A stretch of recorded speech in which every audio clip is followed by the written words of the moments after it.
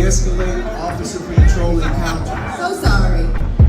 It's so loud in here, and I think that people really need to hear this. So can we please be quiet just a little bit and have some respect? Pretty please.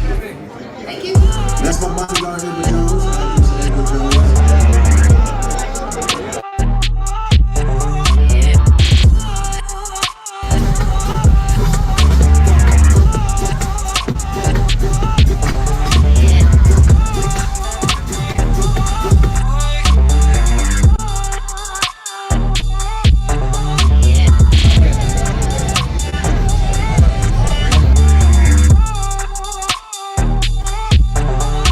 Boys, what are we doing? Override.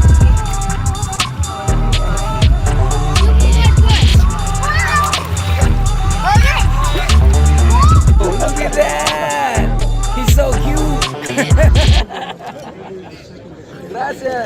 Dude, this is amazing. It's pretty cool. Igual.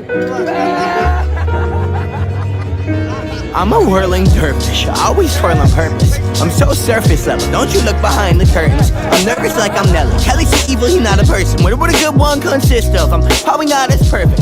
It's probably not in my bloodline. My faith lies as far as my fault is allowed, but truth I control where I land. I choose to be an island. I choose to pick up my plans till they all seem folly, but I guess I change that present to the past tense. Like Paps was a bastard, flabbergasted. Pap has a running pattern, polish splattered, nothing matters. Turns out love an ugly dancer. I am.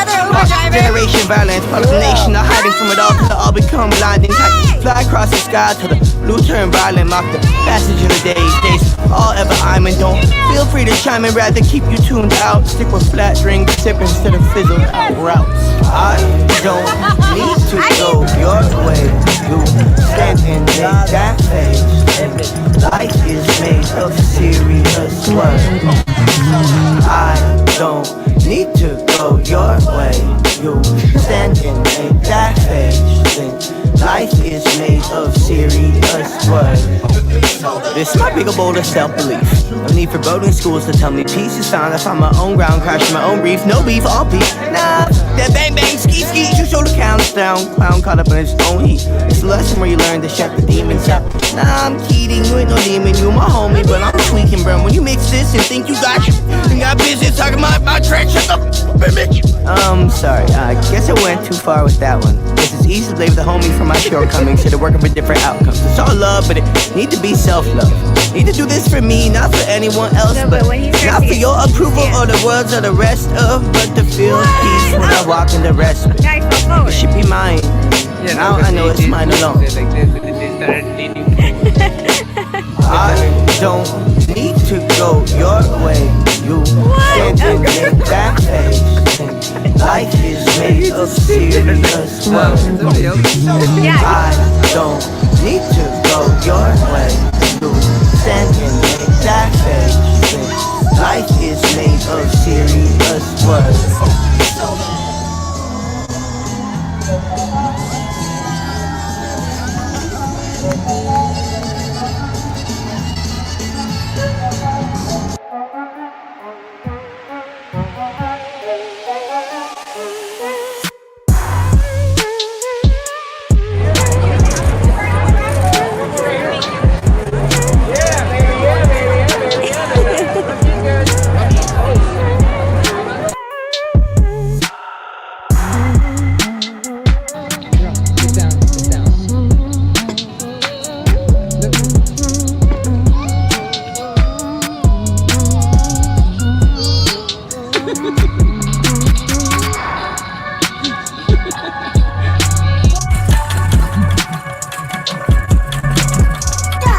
Other hand.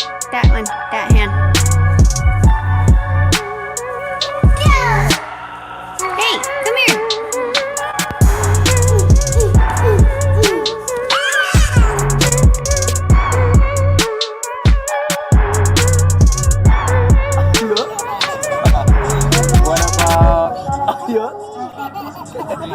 What about?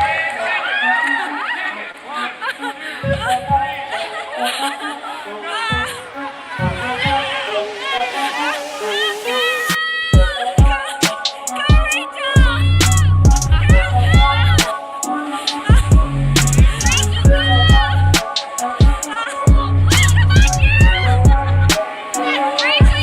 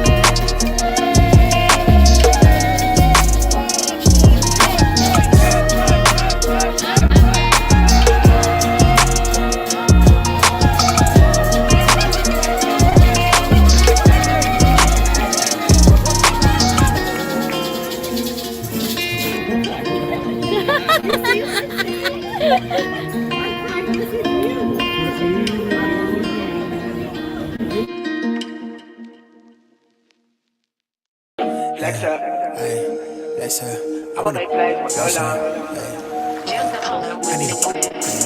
I need a tag, yeah. I want a bag, yeah. Okay. Unless you talking numbers, we ain't speaking about the right things. Switch up on my nigga for a figure, that's not like me. Baddie with a body in the lobby, she like nice things. She used to know me then, she like me now, that's funny timing. Eyes been on that prize, I cop that crib for that timepiece. I'm trying to see the globe and sell out shows until the flight leave. They wanna ride my ties, but they ain't even ride or die, please. But I've been short on time and in the prime of my prime easy. I said I never changed and leveled up, I guess I lied, yeah. Off that straight up potent just to feel like I'm alive, yeah. Mix that with that potion just to feel like I'm that guy, yeah. I know the one you talking to, I'm well outside the line, yeah. Go against the tribe, you lose your. Let me not even say this shit. I just ran out of my questions. I just got tired of waiting and got here myself. Niggas want me to believe it, a dream that they see for themselves and still doubting themselves. They might as well light up the L. High top on 10 toe, drip retro. Talking major plays, hella high tech through the getro. Pin game, pin petrol. Just set it in the flesh hole. Send a text mail to give a wet clothes. On the vapor wave to make a drip drip with the left lobe and the left stroke. Flex up. I'ma make plays, I'ma go long. Never look back so long. Yeah. Flex up. Shawty on 10, finna go up. Ladies and gentlemen, introducing Nonito Donaire.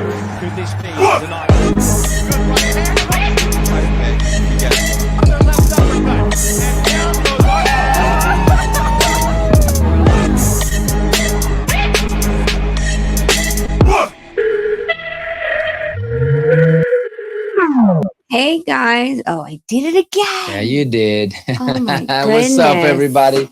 It's been a while. It has been a while, but you know Man. what? John wants us to dance this early in the morning. So Yeah, let's that's dance, right. Here we go. Hey, Oh, I forgot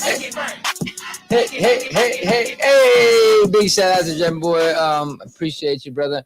Man, it's been a while, huh? Yeah, it has We've been really busy though. Okay, so we've been gone for about like 2 weeks. God, I don't even know when the last stream that we did was. But you know, shout out to everyone that came back and has been waiting for us to come back. We've been missing you guys for sure.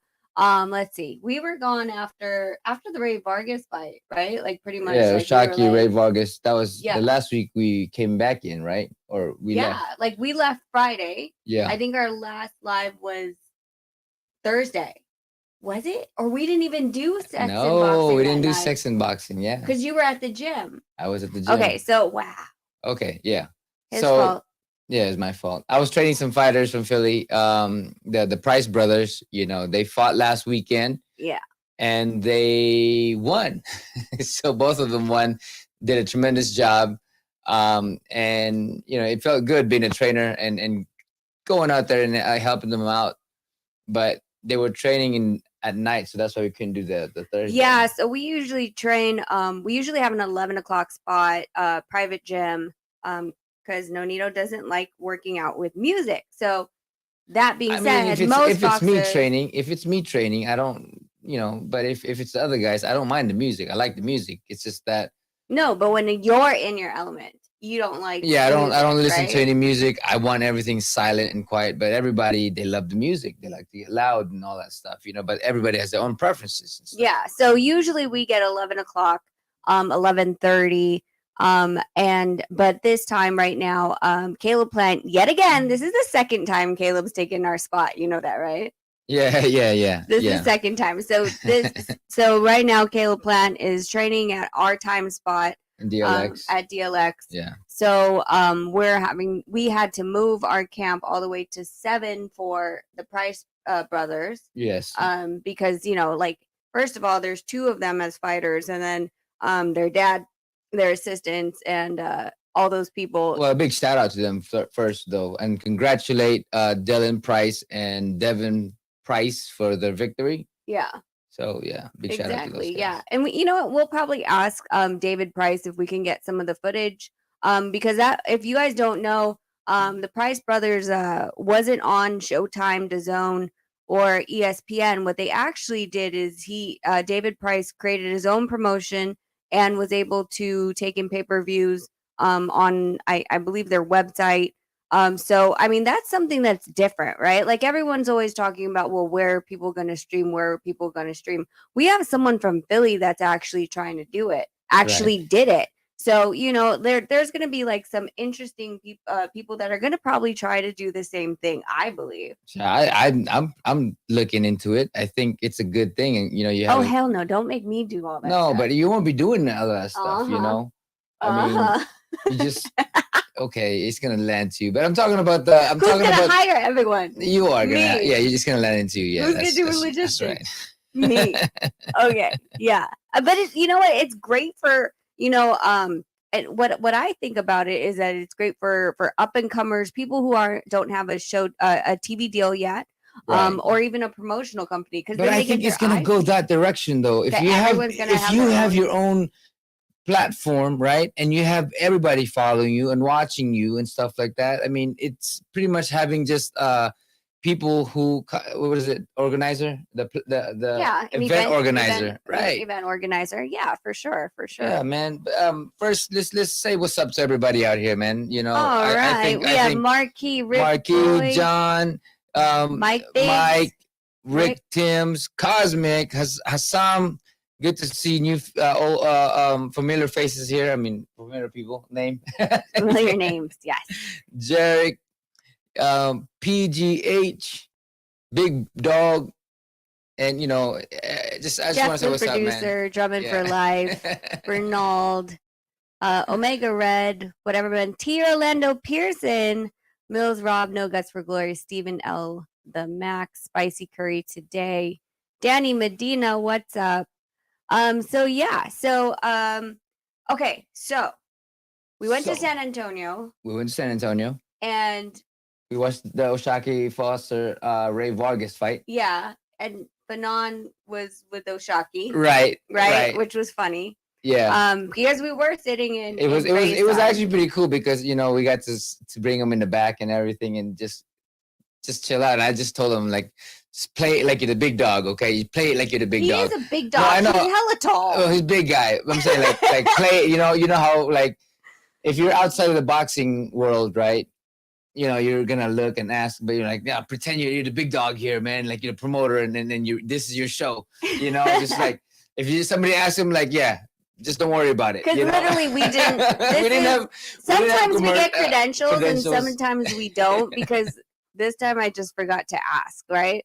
But we, the promoters were just like, no, they can come in, don't worry about them, this and that. So but the problem is you keep hitting these security checkpoints that when you go there, they'd be like, oh, come on, like, where's your credential? We're like, yeah, so we're with them. We're still walking, and they're not gonna really chase you at that point. But anyways, it was fun. We got to see the undercard. Who was the undercard? Barrios. Okay, Barrios. Oh my God, Barrios. Listen, Barrios has. He's a nice guy. He's a nice guy. He has great talent, right? And it was an exciting fight for sure.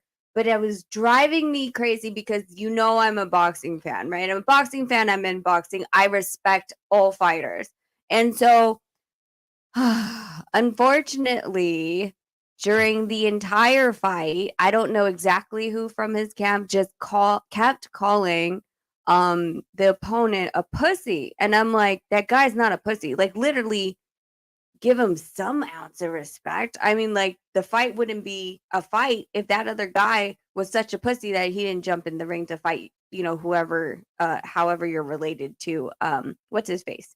But for me, it kind of ruined the fight because I'm like, dude, tell him to throw something, like cheer him on. And, like, I don't need to hear that he's a pussy the entire time. So, it was kind of disruptive for me. Like, it was one of those times where I wish I had a mute button when I'm watching fights so that I didn't have to hear that because I was trying to enjoy the fight. But anyways, hey, John Boy with the super chat. Oh, we didn't do that the last time. No, we did not do that. Now here we go. We're getting another groove back. Hey.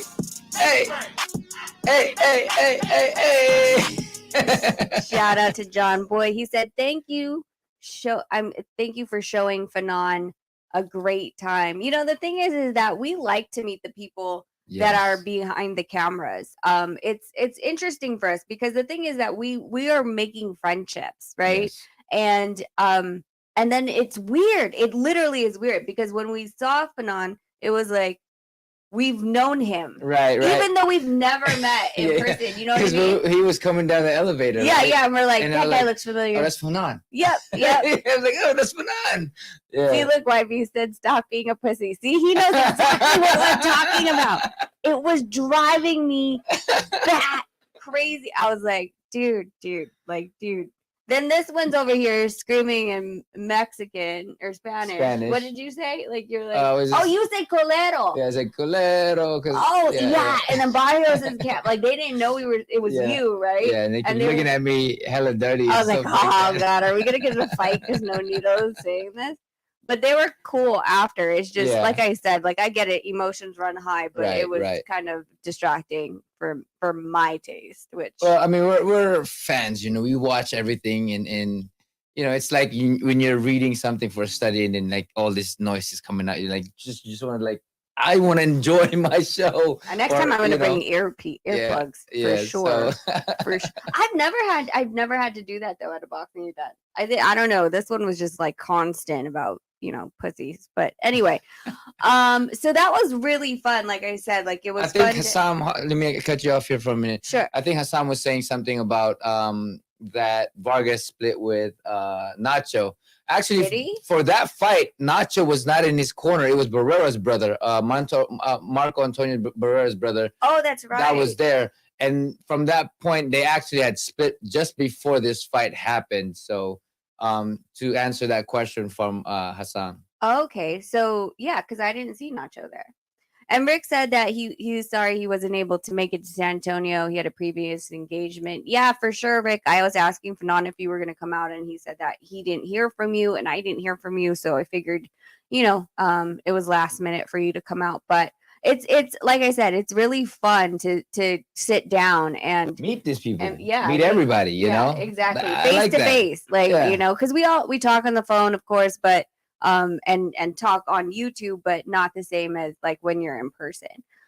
So again, Foster did an amazing job. He did. He stayed on his game plan. Yes, he did. And Ray, it's weird because he took his first loss for sure. Yes, let's not ignore that.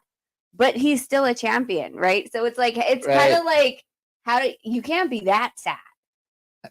I'm just saying. I mean, a loss is a loss. You're always gonna be sad. But it's not like he's not a champion. Yeah, but he's still a champion, right? That's kind of weird in a way because you're like, I'm still a champion, but I lost. Yeah. I mean, he's gonna go back down first, to loss is a loss. You're always gonna, always gonna feel that.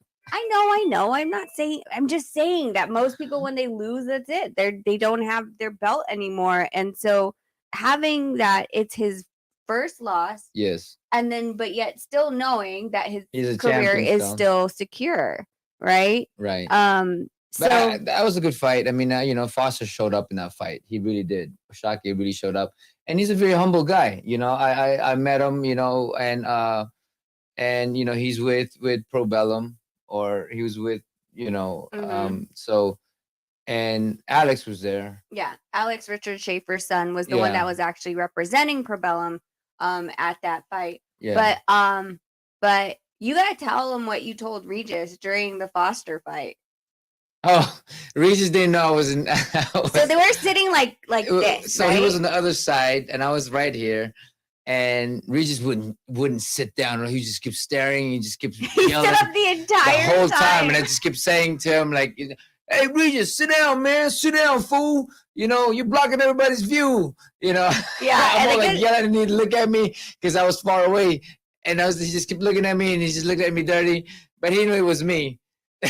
So I just kept telling him, "Sit down, Regis," And then afterwards, I told him. We came up to him and stuff like that. He was like, "Man, I thought it was some Mexicans screaming at me over there." Nonito likes to mess with people. I like to mess with people, He's but like all for fun though. Yes, yeah. I mean, they're good. So that was particularly fun. So that was San Antonio. Of course, we did stay up. We did stay up until 5:30 because guess what? It was a hard fight, and Ray took some shots, and being that this is the first of a career loss, we stayed up as friends and like support, because people learn really quickly that when you lose, the crowd disappears. Right. And we just wanted to be there as a friend to him and stay up till 5:30, make sure he's healthy. And that he wasn't alone. So move on from that. We get home and we were preparing for the next, of course, going to Philly. Nonito left on Wednesday. He was having to cut weight with Dylan, who was making the 118. I know, I saw the comment. No, Stan was like, I was on the other end behind Regis. Yeah, he didn't sit down the whole fight. Oh, you were there too? Yeah. He was like, "Man, you're blocking my view." But the thing is, what's funny is, so Regis was standing the whole fight, and then everyone behind him was standing because no one's gonna say. Like, who's gonna tell him to sit down? Who's gonna tell him to sit down? Like Rap starts asking for his wrench. All right, Rap, since you saw YB have a wrench, did you guys know that we took out all wrenches because people were fighting? I don't like wrenches, but whatever. I'll give you one, Rap. Rap gives all wrenches. We just don't give any. Let Me Cook said, "Have y'all discussed Rick Laser cooking you last night? Rick is the GOAT." Whatever. I mean, the fact that he's still talking about me is like, so, I mean, and now, okay, so here's my issue, okay? I'm going to talk about Rick for like 2 minutes and then I can care less. Rick wants to talk to Nonito. The heat he's bringing towards me makes me really, really question his love for Nonito. Why would you want to talk to Nonito when you had heat with me? Like, what are you going to say? Like, I freaking don't know. So whatever. It is what it is. All right, let's talk about sex, baby. All right, let's talk about you. What do we got to talk about? Let's talk about Maloney. Okay, so everyone's asking like what's been happening with Nonito. And we haven't been talking about, because we're like those type of people that listen, we don't want to keep dragging you guys through and getting you really excited for a fight and then not excited for a fight, then really excited, then not excited for the fight. So we like to talk about it when it's completely set in stone, but I'll tell you where we are in the process. So Maloney, of course, pulled out, or I should say Top Rank pulled out for Jason Maloney, and they decided to go the WBO route. So he's going to, we don't know who he's going to fight. We've heard Astrolabio, who is next in line, and we also heard Gaballo, who's further down the list. But that's really, we don't care who he fights. I mean, the fact that he's not fighting us, we really don't give a shit. But for us, we had to wait for Mauricio of the WBC to go down the list for us, right? So after us is the Thai guy who lost to Jason Maloney. I think they let go of his name because he's not a thing anymore. What is it called? He's not a Rung He's Visai? He's not a Rung Visai anymore. His real last name is actually there now. That's why when what's his name was saying it, I think it was Ness or it was Danny from the Boxing Voice was saying something about it. I was just like, who's that? So because usually it's like Rung Visai, you know. Yeah. So yeah, that's why I was confused when Danny was saying about it when we were there for the Boxing Voice for the Price Brothers. He was saying some names, and I was like, who? You know, yeah. So I mean, maybe Rung Visai kicked him out of the gym, but basically number 2. So you're number 1 right now. Yes. And number 2 is the old Rung Visai, Noah Poon, Noah Hapun. No, yeah, whatever his name is. Anyway, yeah. And then number 3 is I believe Raymart Gaballo, who we beat December of 2021. And then 4 is Emmanuel Rodriguez. 5 is Alejandro Santiago Barrios. So the thing is that number 2 and 3, the Thai guy and Gaballo have been ordered for an eliminator for the mandatory position. Number 4, am I on 4? Yeah, 4 is Emmanuel Rodriguez, who actually just got told that he has to fight Astrolabio in the IBF. And I will continue my content. Hey! Shout out to John Boy. Gotta go to work. Have a blessed day, Champ and Rachel. Thank you. You too, brother. You too, man. By. Thank you for stopping by, showing us some love, you know, and have a great day at work. Be safe, and thank you. Yeah. Okay. So, all right. So Emmanuel Rodriguez is supposed to fight Astrolabio in the IBF. They got mandated to fight. So after that, then you have Alejandro Barrios, who had gotten approved sometime last week on ESPN Knockout. Mauricio had told ESPN Knockout that it was approved that he's going to be the next opponent. So we are just sitting here waiting. You know, at this point, Remy's like, what's up, Rachel? No. What's with these dudes avoiding you? I think he's talking about you, not me. The only person that's avoiding me is Rick Lacer. Yeah. No, I know. I'm just saying, what's up, Rachel and Nonito? What's with these? I mean, you know, we talk about it all the time because, of course, you know, whenever we're talking, a lot of people are like, oh, well, you know, they'll be like, well, Rachel needs to make stop managing him and make him retire. And I'm like, and I pose the same question all the time. Who in 118 can beat Nonito right now? And it's they're like, hold on, let me look up the rankings. And there really is no one. So it's like a mute point for anyone to say that. But, you know, with the Jason Maloney thing, I've heard, you know, several different stories and variations as to why he's not fighting us. I just think it's BS all around. And at the end of the day, it is what it is. You went to the WBC, you try to get elevated to full champ status, which they did, which apparently they're mad at me for actually saying over and over again. But it's true. And then you got you know, Estrada. Well, Chocolatito's not in the rankings for us to fight because we won a title at 115. And Estrada, I don't even know what's going on with Estrada, if it's more so Eddie, right? We've seen Eddie try to match people within his own, right? Yeah. I mean, look at the Berlanga. Now he's leading him to Canelo, and then Bivol and not Better B.E.S.T, the other guy with the B. Callum Smith and Callum Smith, but there's B.E.S.T. That's the one I can never remember. Yeah. So, like it's these guys like want to play the promotional game and like keep away. Like literally, I feel like the belts are keep away. You remember the old game keep away? Yeah, I feel like it's the game keep away. We got to get one of the buttons that goes quack. Flack. Yeah, black. Oh man. But so I mean that's where we're standing at the moment. Like we don't want to say, hey, like this is it. We're not going to confirm anything until we sign it. Until it's signed, sealed, delivered. We know the date. Where. So we're gonna leave it up right now. To Richard to finalize, or to contact Barrios's side, who interestingly I know his promoter, which is funny. Paco Damian from California, Bay Area.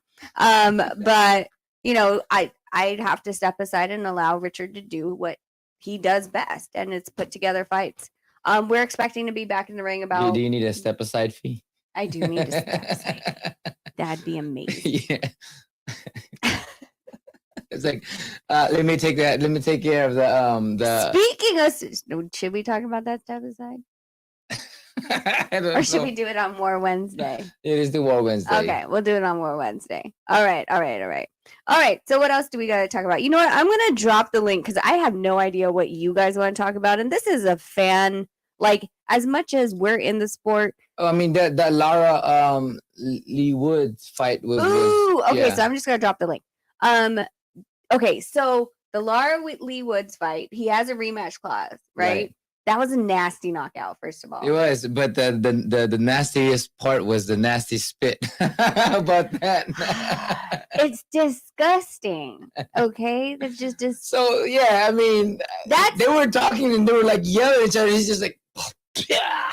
Yeah, but that's to Warrington, right? Yeah, to Warrington. Warrington was outside, but I guess from what Warrington was saying, he was talking smack about his family when they fought. Mm-hmm. So that's why what's his name? Lara was really pissed off at him when they were, face to face, and he spat at me. Well, the funny part is, like, if I could even find the video. Yeah, it's not just like face to face. Dude's literally in the ring, and Warrington other was dude's like all the way over there, yeah. and he was able to reach. So the propellation the range and distance of the spit, like, geez, like, did you target practice? How did you know you were gonna hit him that far? Yeah, I know I can't spit. I mean, I can spit really far. That because like when I was little, that was a contest. It was a contest. Who can spit farther than your friend? So it'd be like, that's disgusting. That's a boys thing to do for sure. Yeah. Sure. No, but I mean, like, it's it's weird. Oh, is someone in the background? Yes, there is. Bell. Bing bong. There it is. Hey. Hey. What's up? Miguel Navida. What's up? How are you? Been a while. Yeah. Been a while. What's up? Not much. How about you guys? How's it going? Good, well, good. We're just recapping about, everything that boxing and we've been all that missing, stuff. all the little fun stuff, all the people. There's been a lot of stuff that's been going on in boxing lately. So some interesting things outside the ring. I feel like everything's been outside the ring that's been pretty interesting. I mean, it's always interesting outside the ring. We know what's up, Johnny. What's up? How you doing, man? It's a pleasure to finally meet you, dude. I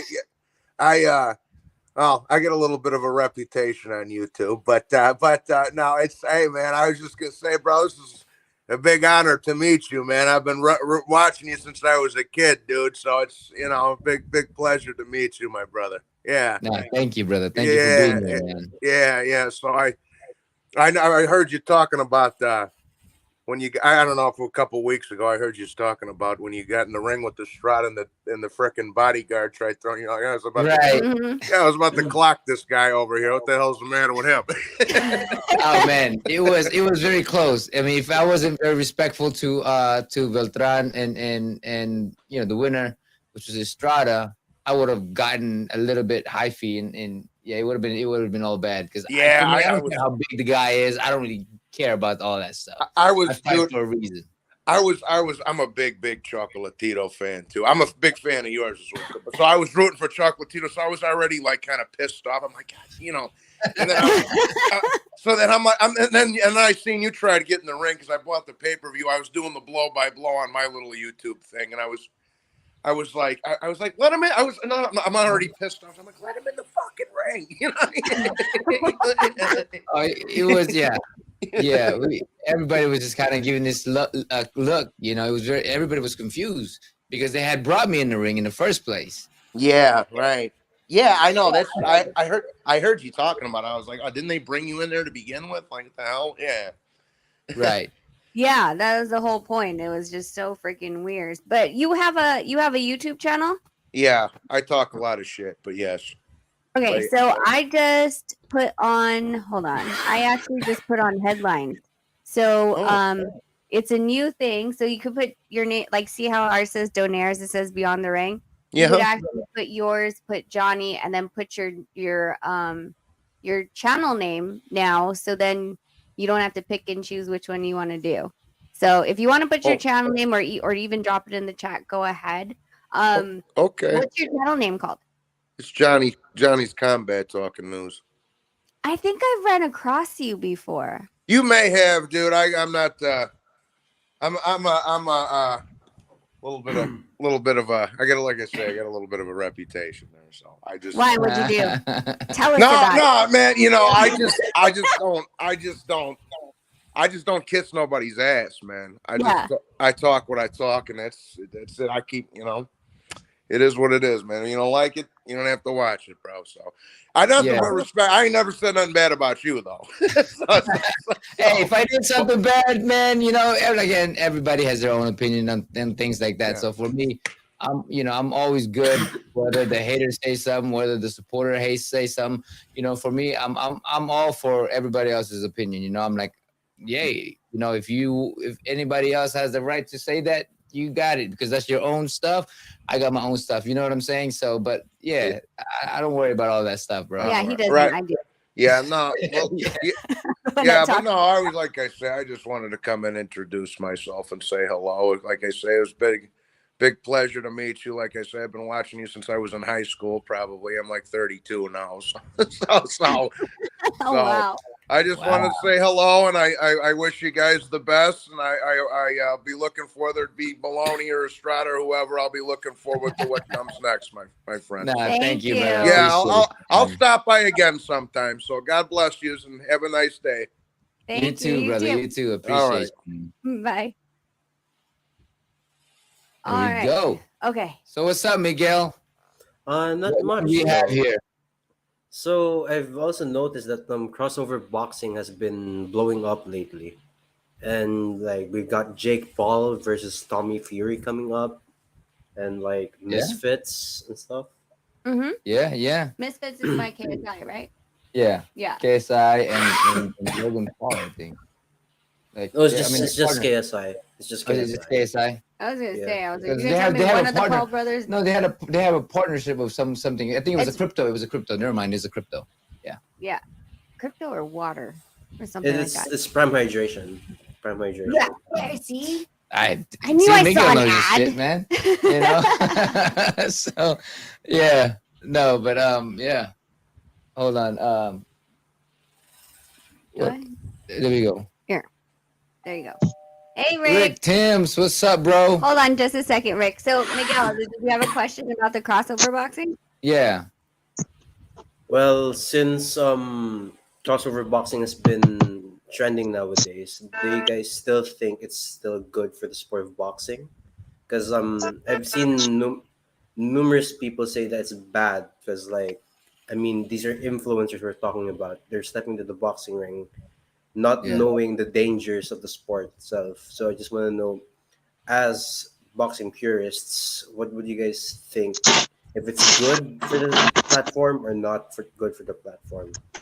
Well, I honestly think they have a space for their own, you know? Yeah, I think that they should be separated, mostly because of the fact that it takes away from the purity of boxing, right? I think what we're going to end up doing is we're going to dilute actual science of boxing because of the talent, or yeah, the lack of experience and talent within that, what they're doing, and what they're showcasing. So if you're like, all I have to do is throw certain punches, right? Two haymakers all the time, right? Yeah. Without the science, and then you keep getting that, people are going to start to think that that's all boxing is haymakers. And it, if I feel like if they prove themselves within their own league, then they can start into like, the ratings of the rankings of number. Well, I think that's just different because like we were talking, I don't know whose channel it was when I said something about it dilutes the boxing. It takes away the essence of boxing, right? It takes away because like all these guys are taking their time in social media and they're getting paid more than the fighters that put their time, years of training to get into that level, right? Yep.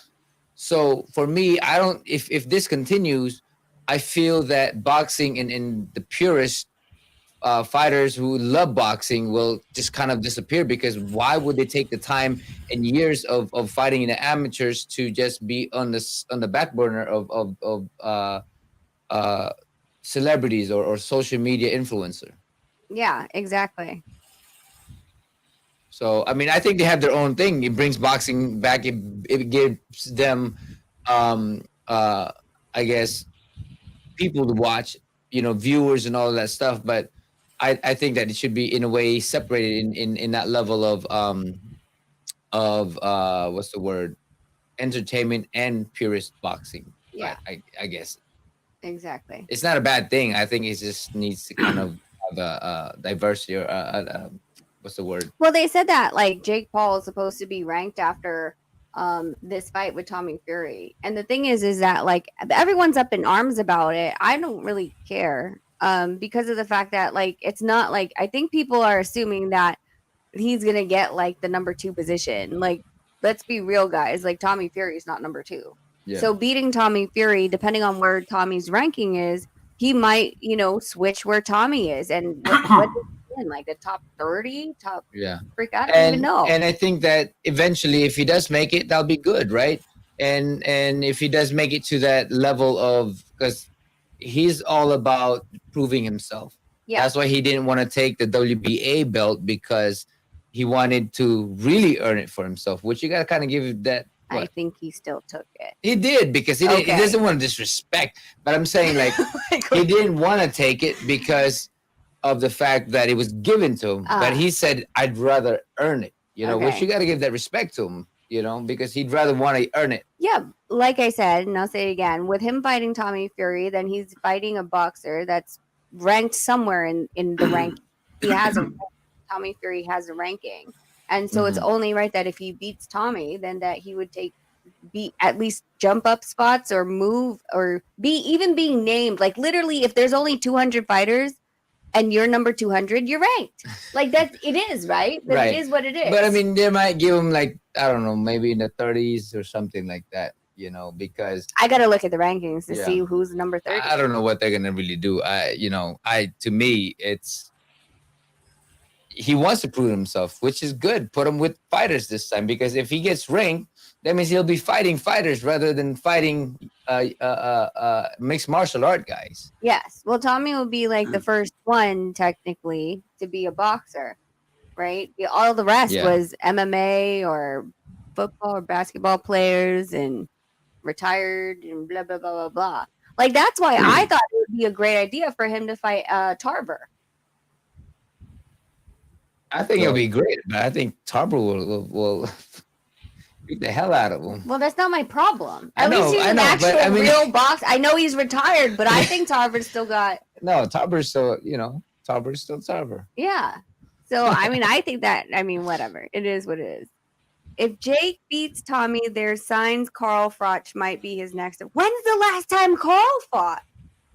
I don't know, but I'd still watch He issued a warning, though. He issued a warning to Jake to not talk about it. Yeah, it's on Twitter. Hold on. Let's see if I could find it. Wow. Oh. Device is not connected. Little Rick. Is that Rick? Rick Timms, is that you? Okay, cool. Camera. There we go. Hey, Rick, what's up? Hey, what's up? Hey, can y'all hear me? Yeah, we can hear you. You making smoothies? Smoothie King. Right? Hey, I do my smoothies later after my workout. I'm in here watching y'all while I work out, and I got like a 2-minute rest period. And I just have a quick question for y'all, Nonito and Rachel. Yeah. Okay. After Neri won his fight this past weekend, they say he getting the winner of Cool Boy Steph and Inoue.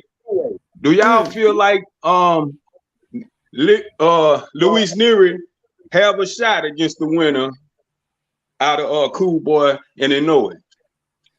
Well, I think he has good power, and although he did have a war against that guy he fought the other day, you gotta look at different levels of fighting with Inoue and stuff like that. He has the power, he goes right down the middle. But anybody who has a power and stuff like that still has a chance, because they can take fighters up. But I think I give them a lesser chance than to beat both guys. Yeah, I got him by like very slim chance, just because of the way that he fights. Yeah. He's open and he's susceptible. We've noticed that, if you keep him at range and pick him off, he gets really frustrated, and then he'll do those, big winging shots hoping for the fences. And I don't think, you do something like that against, first of all, Inoue would just step back waiting for it, as Fulton will just pick him off on the end anyway. Yeah. I don't really you think that much of that. In addition to, if it's going to be in Japan, Neri can't go to Japan. He's lifetime banned in Japan. So how is that going to work? Yeah, because he got, I don't know what PD he got caught with. He got caught with it, and the first fight with Yamanaka, I think it's Yamanaka. I think so. The first fight he didn't make weight. Yeah, and then the second fight he got caught with it. Yeah, with something on his system. Yeah, so then he has a lifetime ban in Japan. He can't go back. Yeah. So how are they going to do that? I mean, freaking as it is, Fulton's going over to Japan to fight Inoue. Yep. I mean, that's where they make money out there. Okay. All right. Great point, guys. I don't give them a chance either. I just wanted to get it from the professionals. Yeah. Let me get back to this workout, man. All right, brother. Y'all say easy. Do your thing, man. All right. Yeah. So going back into the Fury. Miguel had brought up this. Okay. I think that's the. So Jake Paul has called me out on his social media. Apparently he wants to fight me. And listen, just in case you didn't know, my last fight was at Wembley Stadium in front of 80,000 fans. I won't be fighting the mixed martial arts legend Anderson Silva on your undercard. I've got too much respect for him. And your punch when you boxed him, did that even land? Very dubious. But anyway, you've got a job to do against Tommy Fury. If by some miracle you manage to beat Tommy Fury, then I'll listen to you. I'll have a little chat with you, see what garbage comes out your mouth, see what you've got to say. But until then, don't talk about me in the same league as you. I'm a 4-time world champion, 2 WBC titles here. You'll never, ever have one of them. You're not good enough. You're not a professional fighter. You're a performing clown. That's all you are. So keep my name out of your mouth until you've done something in the game. I think this Saturday your world ends. But if it doesn't, and you are stupid enough to take a fight with me, when this right hand lands on your chin, it'll put you into fucking orbit and not that stupid bonnet off the top of your head. Waiting for him to say can't. You can't. Wow. Wow. Thanks for that, Miguel. That was awesome, man. Yeah. So okay, I have a question. Is it a thing when you get older in the UK that like you just have to have salt and pepper hair? Yeah. Like I just feel like I haven't seen Carl Froch for a minute. I didn't know he's salt and pepper already. Yeah. Salt and pepper. Salt and pepper. I was waiting for him to say you can't. You can't or you can't. You can't or you can't. Rap star, they said they always say cunt. Like You that's like a thing. can't. Yeah. You can't. Yeah. They say I you guess can't. like when British people like age, They maybe have their I own. guess Yeah. their accent gets thicker and thicker. Yeah. That's You what I. can't. You wanksta. You wankster. Yeah. See, you're doing. Bloody hell. Yeah, I was waiting for Carl to say something like that. Yeah. But, I mean, it's always interesting, like when a lot of these, I mean, it steers up a lot. I didn't get to see how many retweets, likes, and all that stuff, Miguel, when you posted it, but I'm sure it got, it got. Well, I mean, it got, that's something that the guys with the Pauls, they have a lot of followers, and then Carl Froch has a lot as well. I mean, he like he said, he had about he had a lot of people in there who watched his fight in his last fight. And he did have a good point. He was like, remember, because people were asking, like, did they really? It said the accent is still killing me. You can't. You can't.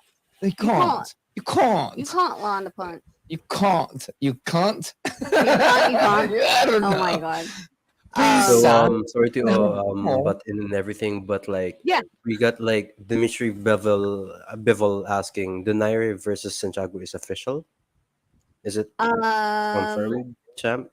It's been confirmed that he is. That's the guy that's approved to fight. Yeah, it hasn't been confirmed yet because the negotiation process and the promotional stuff, that's out of our hands. Yeah, we just gotta wait until. But he is approved to fight me, so. Yeah, and that's the thing is that what we had to wait for is for the approval from the WBC, because if we just go down the line and Can we're you like, do that in the British accent? No, you can't. You can't. I can't. You can't. I'm not good at accents. Really, you can't do it. Really. So if you're so speaking this way, you keep speaking that way. Okay, for today, this will be me. I will be speaking like I'm from Britain, British. I'm Britain, British. So I'm British. Okay. Okay. Well. So if we had just went out on our own and said, okay, well, we'll go for the number 2 guy, and the number 2 guy is the Thai guy, and then Gabayo, right?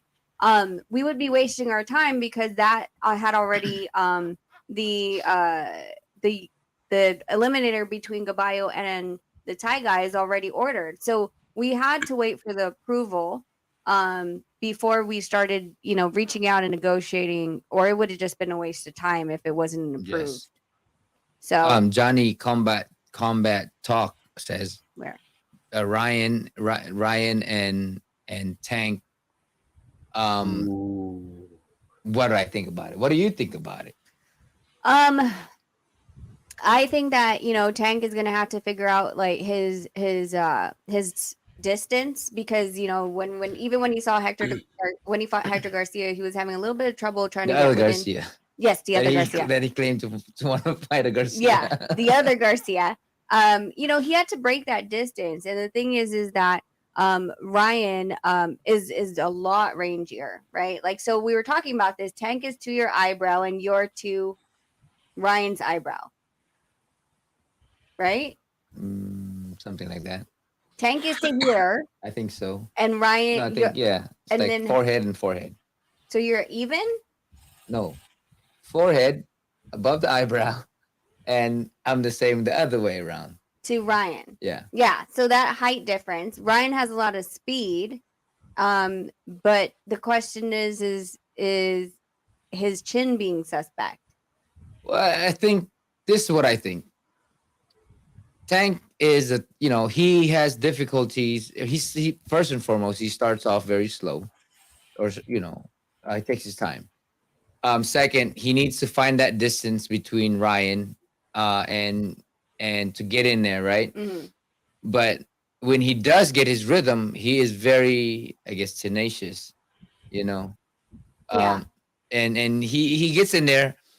That's when he's very dangerous. So for me, it's a matter of, because Ryan's fast, but when you see Ryan, when he punches and when he moves, when he strikes, he's very stagnant. He has to stay there, right? Yeah. He's not a mover when he's punching, right? So that's the biggest, that's the easiest way for Tank to get in, like he always does, is to slip the punches to get in there. Yes. right? And so if that happens continuously throughout the fight, I think that it'll be a matter of time before Tank breaks Garcia's mental state. I think that mentally he will break him down if he continuously breaks that distance and able to hit Garcia with it. But don't get me wrong, Garcia is fast and he's strong as well. But I think Tank is the type to maneuver to get inside, and when he does, it'll just be a matter of time before he But he lands has that to big find punch. it. That's But what he has to punch undercard boxing to get saying, there. and height don't fight. Just ask Ray Vargas. Yeah, for sure. Height doesn't fight, but you have to figure it out. Like Right. when that person's in front of you, you're figuring out your range, you're figuring out their speed and how they're punching and their placement. And then once you can find all that, once you do the computation of okay, 1,000, 2,000, whatever, and how they throw, then that's when you're able to figure out how much you need to step in. Do they double up on their punches? Is their elbow out? Does he throw to the left or right shoulder? All those things like you figure out before you start trying to cut the distance and how much you need to cut. For example, someone like Devin Haney, if you try to slip his jab, right, he steps back.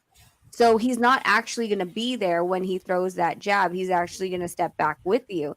Whereas someone, assuming like Ryan, if he throws it, he's not going to step back. So he's going to be there. But these are things that within the dance of the first couple rounds, he's going to Ryan figure has it. this thing where he throws a jab and then he leans and he'll throw the He hook. leans, yes. Right. So that in itself has to be calculated in Tank's ways of trying to get in there, because you can make a miss with the jab, but then when you come in to throw your punches, the hook is coming at you. So and Tank is southpaw, right? Yeah. Yeah. So how do you feel like, because Ryan has a left hook, which is something that southpaws are susceptible to, or do you think he's just going to have I think for Tank, he'll block the jab, right? Because he has his hands on his front, right, like this. So if it's southpaw, he'll block the jab, right? And then he's gonna look for that straight because he's blocked this already. So knowing Ryan, he won't throw that straight. He'll throw a hook instead. So he'll take that jab, he'll throw a hook, he'll block it, and then Ryan's gonna go with the straight right down the middle. I think that would be the more way, but then Ryan would be moving to the right. So that straight will probably miss too because of him moving to the right. If he moves to the right more with given an angle. So that's what I see Ryan would do is he'll throw a jab and a hook and lean this way. Right. But if he leans this way and go to his right, then he'll be more susceptible to Tank straight and overhand and body as well. So he has to go to his left side when he throws that jab and when he throws to counter with the hook after the jab. Well, don't give too much away. That's something we have to do fight week, is the whole video. I'm just thinking of it right now. Oh, okay. This is without studying. Yeah, without studying, because I just kind of look at it knowing that Tank is a shorter guy. If I was fighting Tank, I'll throw the jab around a lot, right? Throw the jab and then throw the straight, and then throw the jab. If it's southpaw, I would go. If I'm throwing the straight, I'm going this direction. If I'm throwing a jab and the hook, I'm going this direction. Yeah. Because Tank is gonna slip in between the. Tank is not the guy to slip on the outside. He's a guy to slip on the inside. Yeah. There you go. Let's not forget that Ryan got tested. Remember when he fought against Luke Campbell, he got knocked down. So this is that will definitely be a huge factor in the fight against Tank, because with the Campbell fight, Campbell has a lot of reach. Tank don't have reach. So that's the difference, is that Tank has to go inside to land a punch, while Campbell was such a taller guy. When he went with the overhand, he was able to hit Garcia with the overhand in his chin and dropped him, right? So the difference between Tank and Campbell is that they're both southpaw, but hey, the other guy's a lot taller and the other guy's a lot shorter. So I think that's the biggest difference when it comes down to this fight. And knowing Tank and Campbell's style is just completely, totally different, So I think that I don't think Garcia needs to worry too much about the overhand unless he gets Tank inside, in the inside where he has to be. He got to watch out. So Right. yeah, I mean, yeah. Right, chap. I better go now because it's like Yeah. 1:51 here in the Philippines. All So right. Thank peace you out. again, Miguel. Thank you for that info about the Jake Paul and stuff like that. Thank you very much. Have a good night. So Hassan was saying, whenever I think of Joe Goosen, it's always the Corrales fight. And he said somebody here said something about Goosen is in his corner. See, the thing is, yeah, you can have great trainers in a corner. It's a matter of the coachability of the fighter, right? Because some fighter knows how to fight, and some fighters, sometimes they don't listen, So that's the thing, is that's something that has to be tested, because when Tank keeps coming in to press this fight, will Garcia listen to his corner? That's always the case with a lot of fighters. When they're put in the pressure, they might not listen. So yeah. Shout out to Mandarigma. Good day, champ. Yeah, let me read some stuff on in here. Undercard, exactly, bro. What are you guys talking about here? Let me see. I mean, when it comes down to Tank and Garcia, their style is completely different, right? But not only that, they're different. Their movements are different. Their speeds are different. Their reach are different, and it's the person that really comes in there with the bigger style. Because, like, I don't know who said it here. Height doesn't really matter when it comes down to having a better game plan. And as you can see with Tank, when he came in against who was it? Against the taller guys. I mean, he's always really fought taller guys. He was always able to, except for Cruz, right? And so he was put in a different position with Cruz. But when it comes down to fighters coming in, it's really a matter of having the great game plan. Because really, when you come in there, and you may know the opponent, right? You may know the opponent, and mind you, we talked about this too. Like, for instance, with what's his name, Beribiev and Yard. Yard came in completely different. Yeah. Than when all the fights we've seen. So if Ryan comes in there different as well, I mean, I know, he likes to put the power, but what if he's there boxing and moving his leg and going in and out with his leg in the distance? That's going to be a hell of a different fight from the person that we saw against all the fighters that we've seen with Ryan, right? Yep. And let me just give a shout out to Mandarigma 80 I did. Sports. Oh, and Yeah. Clear Review. Well, I'm saying it. Okay. It's better when I say it. It's always better when you say Yeah. it. Okay, so what's what? That's for you. That's for you. Yeah, so I mean, I think that it's going to be, a great fight either way. So, the thing is that I don't know. For me, like, I just keep hearing, like, Oscar's like, oh, we need to get the contract by Monday. Then there was a problem with the rematch clause. Now there's, like, other little things that need to be negotiated. It's like, geez, so it was never really that close, like, to being signed, is what I'm saying. Then I heard that it is signed, but then Dan Rayfield said it's not signed. I'm like, so where are we at right now? I don't know. Wasn't the rematch clause was an issue the last time I've seen? Yes. Did they get past that? That's what they're saying, but Okay. I mean, but then Oscar said that there's a couple of little other things. I'm like, so how many other things are there? And why wasn't this like, usually the material of the terms is already in the term sheet. So what else? What were we talking about? Like, how many flights? Like, that's not something to really hold up. Like, that shouldn't be that hard. Yeah. I don't know, man. People don't really understand how, what goes behind the negotiation, Well, yeah, and the funny thing is that we do have the connections to find out. Like we can call Steven.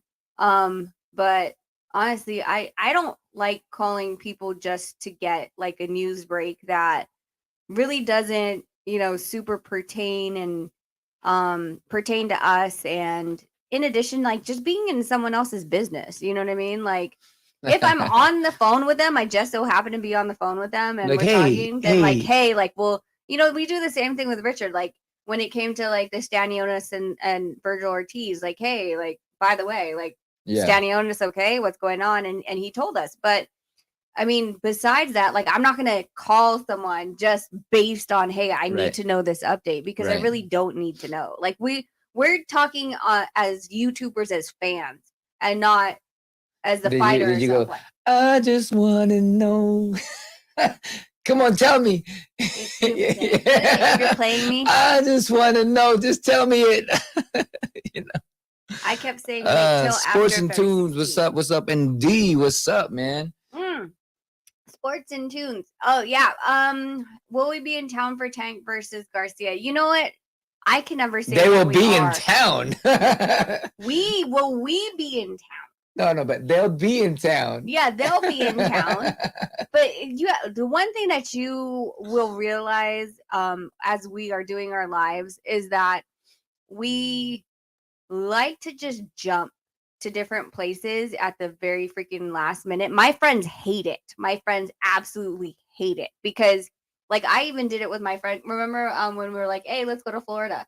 And she's like, when? I go Tuesday. And she's like, are you kidding? Like we just, or like you were like, hey, let's go to whatever place. When? Just do it right now. Yeah, like, let's go. Okay, tomorrow. Let's go. Like that's how we are. Like, so I can say yes right now we are going to be, but at the same time, I don't know if we are going to be. We could literally be in the okay, so we got invited to go to Dubai in March. Yes, we did. There is the Elorde Awards in the Philippines on March 25th. In March as well. And then of course that's the Benavides plant fight.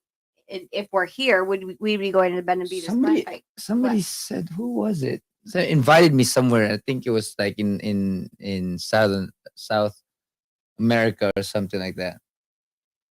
Somewhere they invited me in April though. I'm like, I can't make it. I don't know. And then we're supposed to go to Dallas in like August. Like, so there's like a bunch of stuff that we're supposed to be going to, and it just depends on what side of the world we're on. Like if he decides that, hey, like we're gonna go to the Elorde Awards in the Philippines in March. Okay, we're most likely gonna stay there until the fight. We'll probably end up setting up camp there. And then so anything from March until the fight would be blocked off. But it literally is, I don't know, where are we gonna be? Yeah, exactly. Undercard Boxing said, Nonito, good job with Dylan Price. Dylan did an amazing job. We just train hard. When he gets back into training, this is where we're probably showing him most of our ways of doing things, like with the strength and conditioning with her. We couldn't really do a lot of that because it was closer to the fight and we didn't want him to gain so much weight. But we did put a good game plan together for him. Assman said, I don't know why, but it's kind of relaxing just listening to you guys talk. Oh, thanks. It's probably because we're having actual conversation. Yeah. Well, you know just how like conversation. Well, just I am always impressed with other YouTubers that do these panels by themselves. I'm like, I can't monologue that much. Yeah, me too. I was like kind of lost when you left me. I was like, where you at? Hurry up. Talk to yourself. I can't. You're not even talking to yourself. You have people in the chat. Yeah, I know. I was trying. I think I do better when I'm talking to myself. Like, what are you talking about? Nah, nothing, man. What are you talking about? You have to do one accent and one accent. But there's a great question. Bobby G asked, what's the advantages of the Philly shell defense versus traditional boxing stance? I mean, it's different as compared to depends on the position of a fighter, right? Depends on how they'll throw. If they're throwing overhands a lot, you don't want to be doing that stuff, If there's a traditional boxing, I mean, really before, the tradition was just always this way, right? You have the cross block right here. A lot of fighters would This is how they did in the traditional fighting back in the days. It wasn't this, right? The peekaboos came about later on, but it was always this. This was it. The cross, the cross. So when somebody would go throw a jab for me, so it would always block with this one, right? But if it did slip, if somehow he got past me, this one would block it, right? So that would be the old way. That's why people back in the days would always fight this way. They would always fight this way because of the fact that when somebody throws something and it passes that, this one always had that protection, right? And back, that's why, again, going back in it, that's why people fought this way. But it was always like this. It wasn't this way. Okay, so that was the traditional way of doing fighting back in the day. Not to throw you off, but I just thought this was funny because I just got an alert that Mike Coppinger said that Caleb really bought the domain Next Level Trolling. Guess what Caleb planted? What? He bought DavidBenavides.com. Wow. And he's selling merch. Revenge Tour. Wow. War Plant. All his merch is on DavidBenavides.com. Oh, wow. That wow. Okay, there you go. I mean, they're going back and forth. Literally, domains cost like $1.99. That's not really anything. And then all he would have to do is cut and paste the back end of probably his that has the cart. Yeah. And that's it. It's not hard, but I just elite trolling. That's elite trolling. Wow. That's funny. That's That's great though.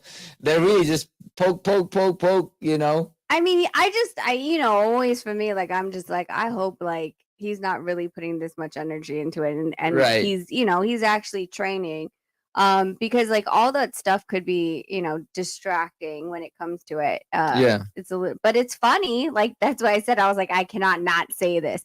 And speaking of trolling, do you guys believe like okay, so Fanon and Boxing Ego apparently got hit by Terrence Bud Crawford yesterday. And it's interesting to me because I know I've talked to Fanon, I've been to boxing fights with him, and he's literally a fan creating content. He never calls me and asks me like, hey, behind the scenes, what is this and that. Right. So he's just reacting on what is out there. Do you feel that boxers should be paying attention or giving that much energy? Jackie! Sorry, I saw Jackie Hernandez, so I decided to say hi to Jackie. That they should be paying attention or disrespecting YouTubers who have this opinion and aren't in the sport, because I feel like fans talking about it is what does keep you in the limelight, right? I mean, it's so much easier now to market your stuff because you don't really need the promoter anymore, or the manager, or an agency to market yourself. You just got to go out there, and just make it happen. I mean, again, I have a friend of mine that who's a fighter, but who's making a lot of money as a YouTuber, that he became a YouTuber and he stopped fighting completely. Yeah. I mean, that makes sense. Go back to a thing for me.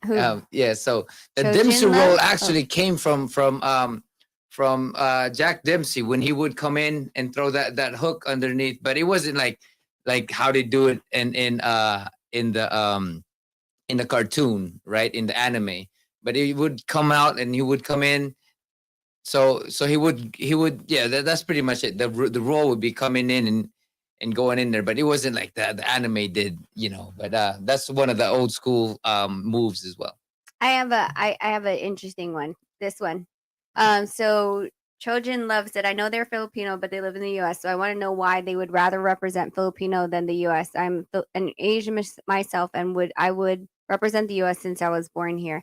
Everybody has their own stories, and who they want to represent, and I believe it depends on how you grew up. As far as when I grew up, and I don't know about you, but when I grew up, I grew up in a predominantly white community.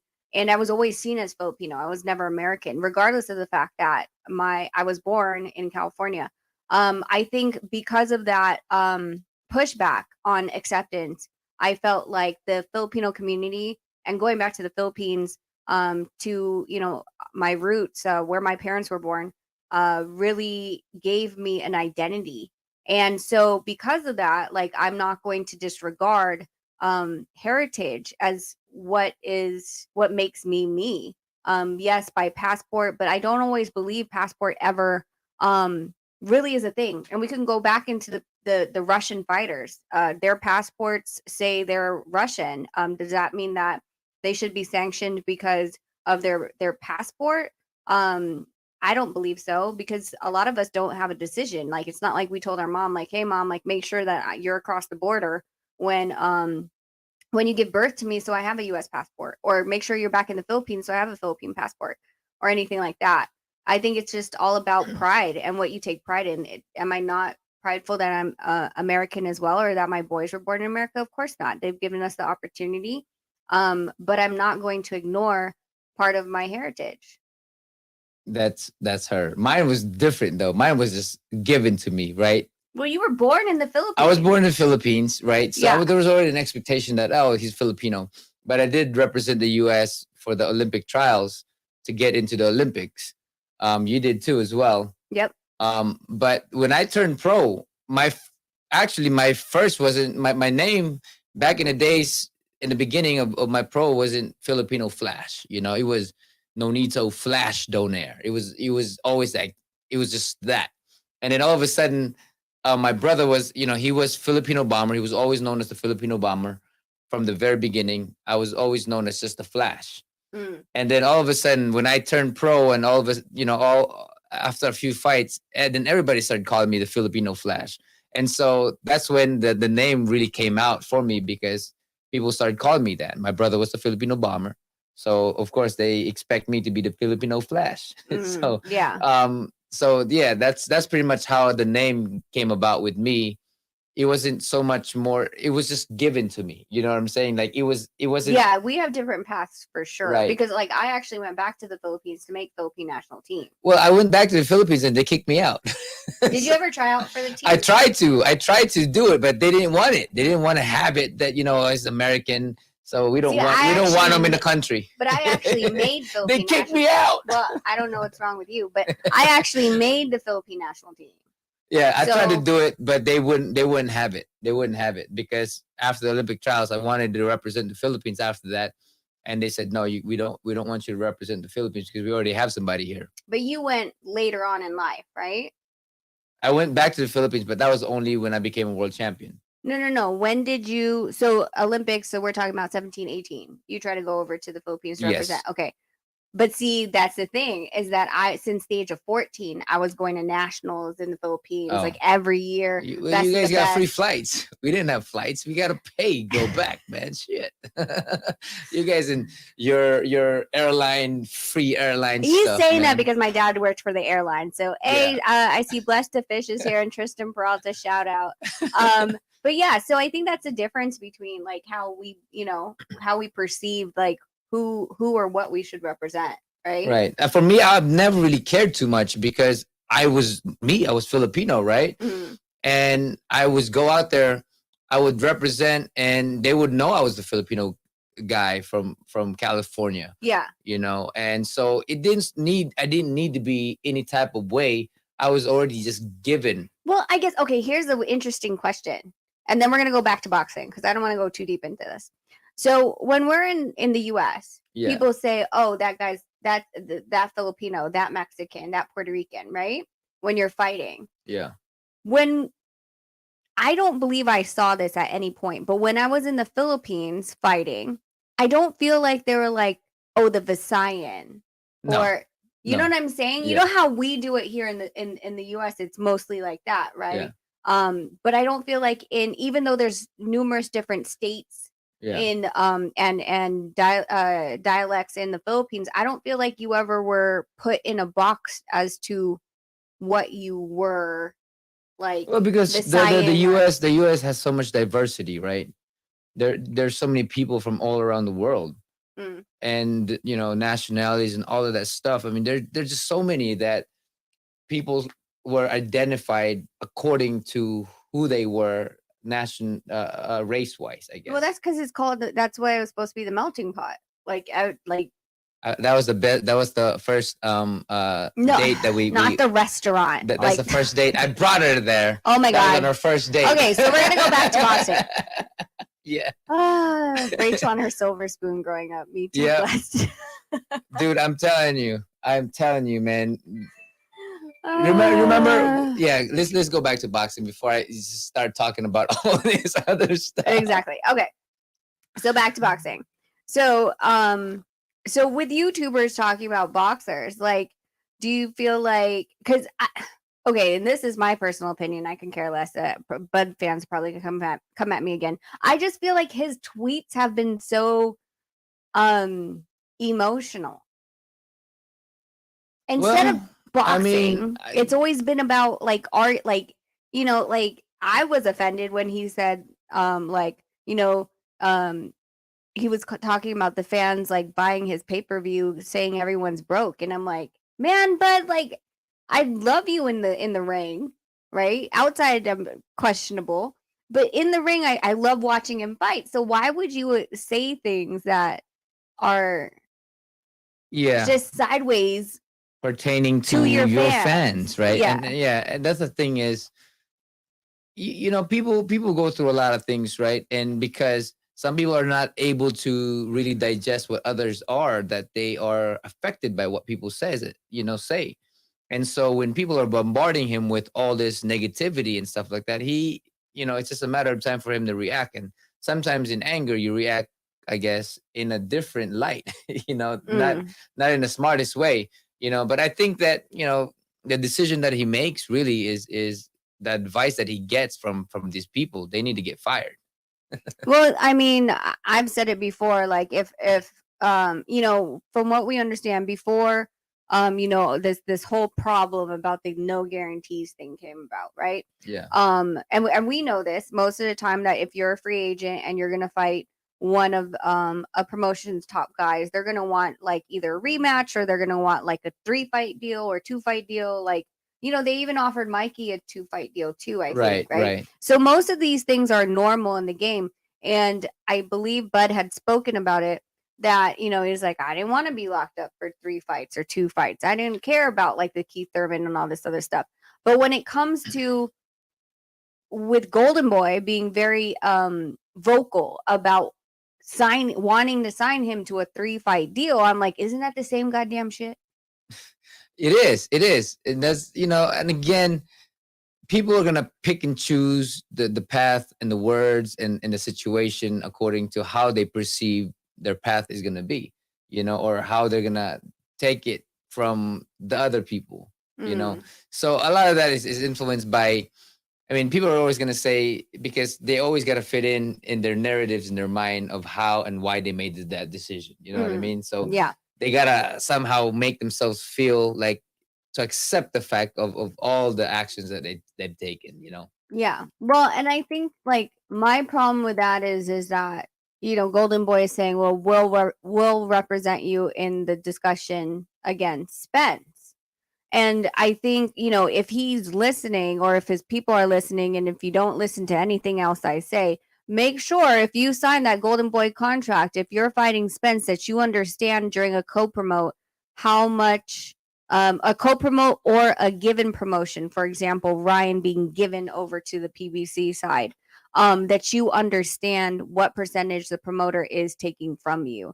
Meaning to say, if it's under a different promotion, there is a clause that usually entitles them from 10 to 30% off the top. So if you're going to make 10 million, I'm just saying 10 million to fight Spence, they would actually take 30% off of your 10 million because they're your promoter on record. Well, sometimes they don't even tell you, right? So that's why I'm saying, like, sometimes please read the contract. Yeah, but they don't even tell you, right? So like, say you're getting 10 million, but behind that, they probably already took something in there already.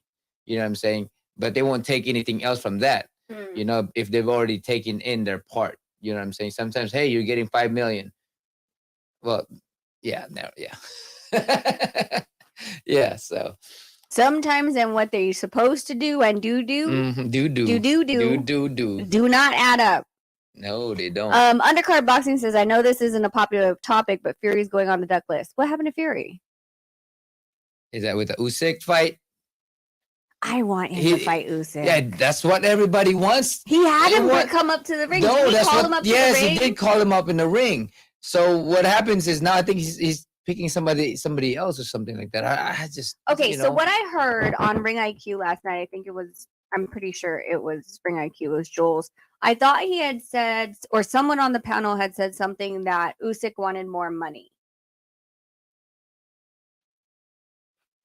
I mean, I don't know what the money is at this point. I mean, of course, it's always going Usyk's not to be. gonna... The thing about all of these guys in the top is they're always going to look at pay-per-views and the money and all the other stuff. You know, I mean, you can't just have it one way. You know, you have to, if you really want to do it, you gotta kind of compromise too. Are you talking about Fury? Yeah. Again, I don't know what it was. I don't know if it was I would literally, to make it bigger. I think he wanted a 50-50, I think. Oh, on the pay-per-view. Yeah. But I mean, don't quote me, just that's quoted by Nonito. No, hey. No, I did not quote that. Okay, right, Usyk said 50-50. There you go. See, Remy said it. See? Thank you. Okay, but Undercard Boxing said Fury's the one asking for more money. So it's Fury asking for more money? How much Fury is the money? Asking for more money. More money, more problems. No, I'm just kidding. I'm just kidding. Yeah, so yeah. See, I told you Usyk said 50-50. Like, and what was proposed though? 70-30, 60-40, 55-45. Remy, what was proposed and what's Usyk like? So I know Usyk saying 50-50. Well, were they sticking him with 70-30? I don't think 70-30 is right. That would be crazy. Yeah. I mean, at the same time, it is what it is, right? That's what Fury, the one with the MTK global problem, need lawyers. Huh? 60-40. I don't have a problem with 60-40. I mean, if you're the champion. So it's 60 Fury's way. Yeah. I mean, that's still pretty big. You know what I'm saying? I don't have a problem with 60-40. 3 belts to 1. 60-40. The 1 belt's getting 60. The 3 belt's getting 40. Who's the bigger draw? Who's the A side on this, do you believe? Oh, it's Fury. Okay. Then the 3 belts to 1 don't mean it different, right? Even though that is the same argument that people use about Spence and Crawford. Rich kid problems. These $1 million deals, are they going to run out of money in their lifetime? Honestly, they can. A lot of people do not think it's easy to spend money. Yeah. The hard part is making the money. Yeah, but so you got to put time, effort, and all that stuff. I mean, money is easy to make when you find a solution and you work hard for it. See, Rob said Crawford isn't the bigger draw, though, which is what I'm saying. Yeah. But Usyk's not the bigger draw versus Fury. Yeah. No, he's not. So how is 60-40? Wait. Okay. Who's the 60? Fury, right? Yes. Fury has 1 belt. Yes. And Usyk has 3. Yes. And he's supposed to get 40. Yes. I think that's fair because Fury's the draw. I didn't say it wasn't fair. I'm just saying as a champion, you'll fight for it.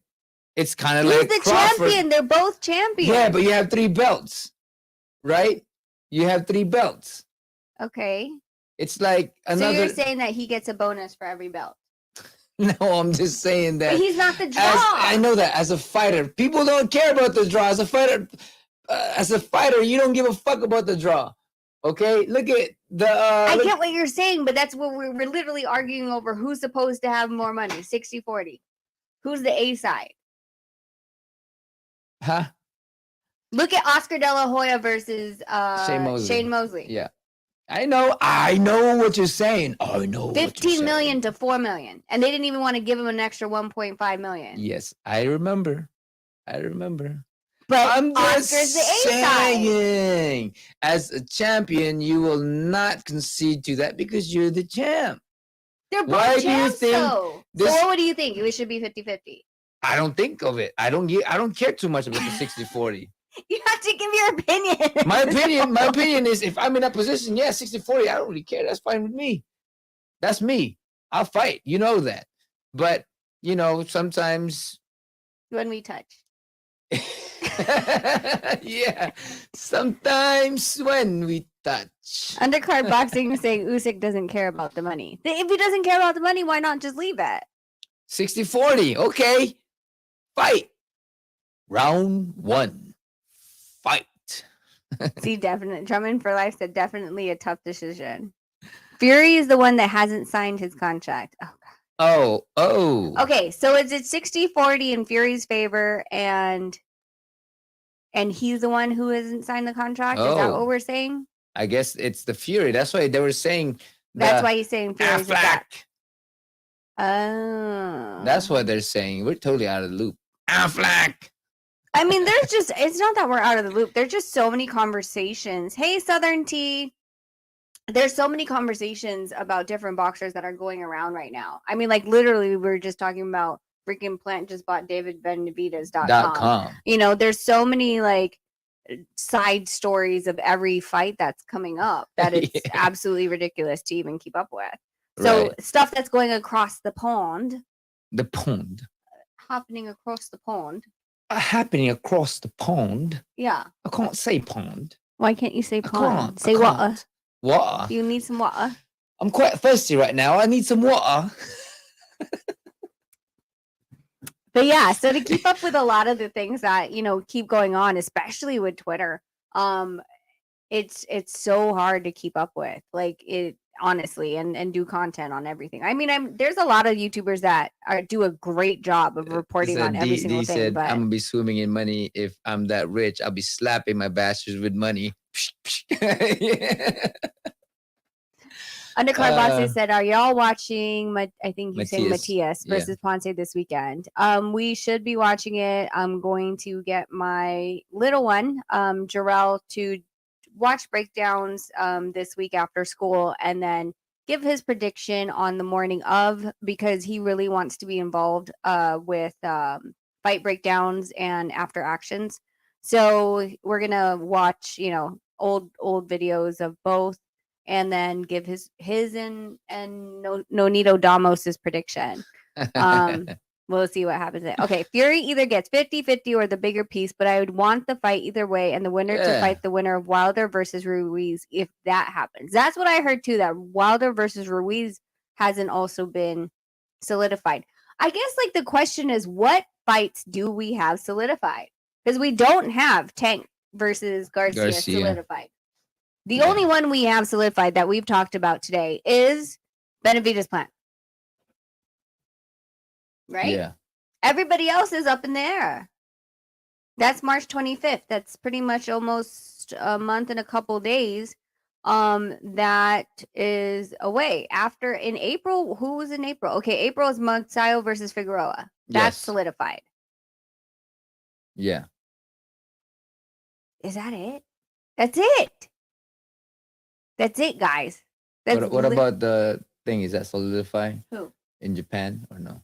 No.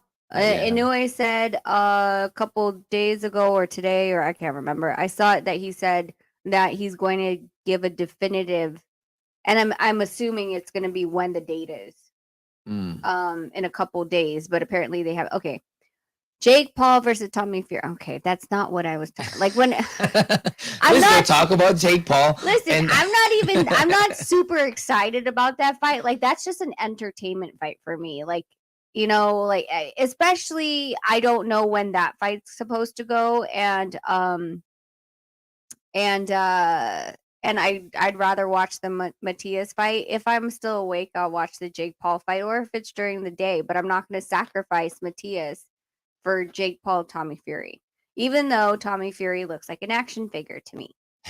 He does, doesn't he? He has like this hair that doesn't move, the bright blue eyes, huge like upper body. Then he has a small leg. That's how my action figures look like. Yeah.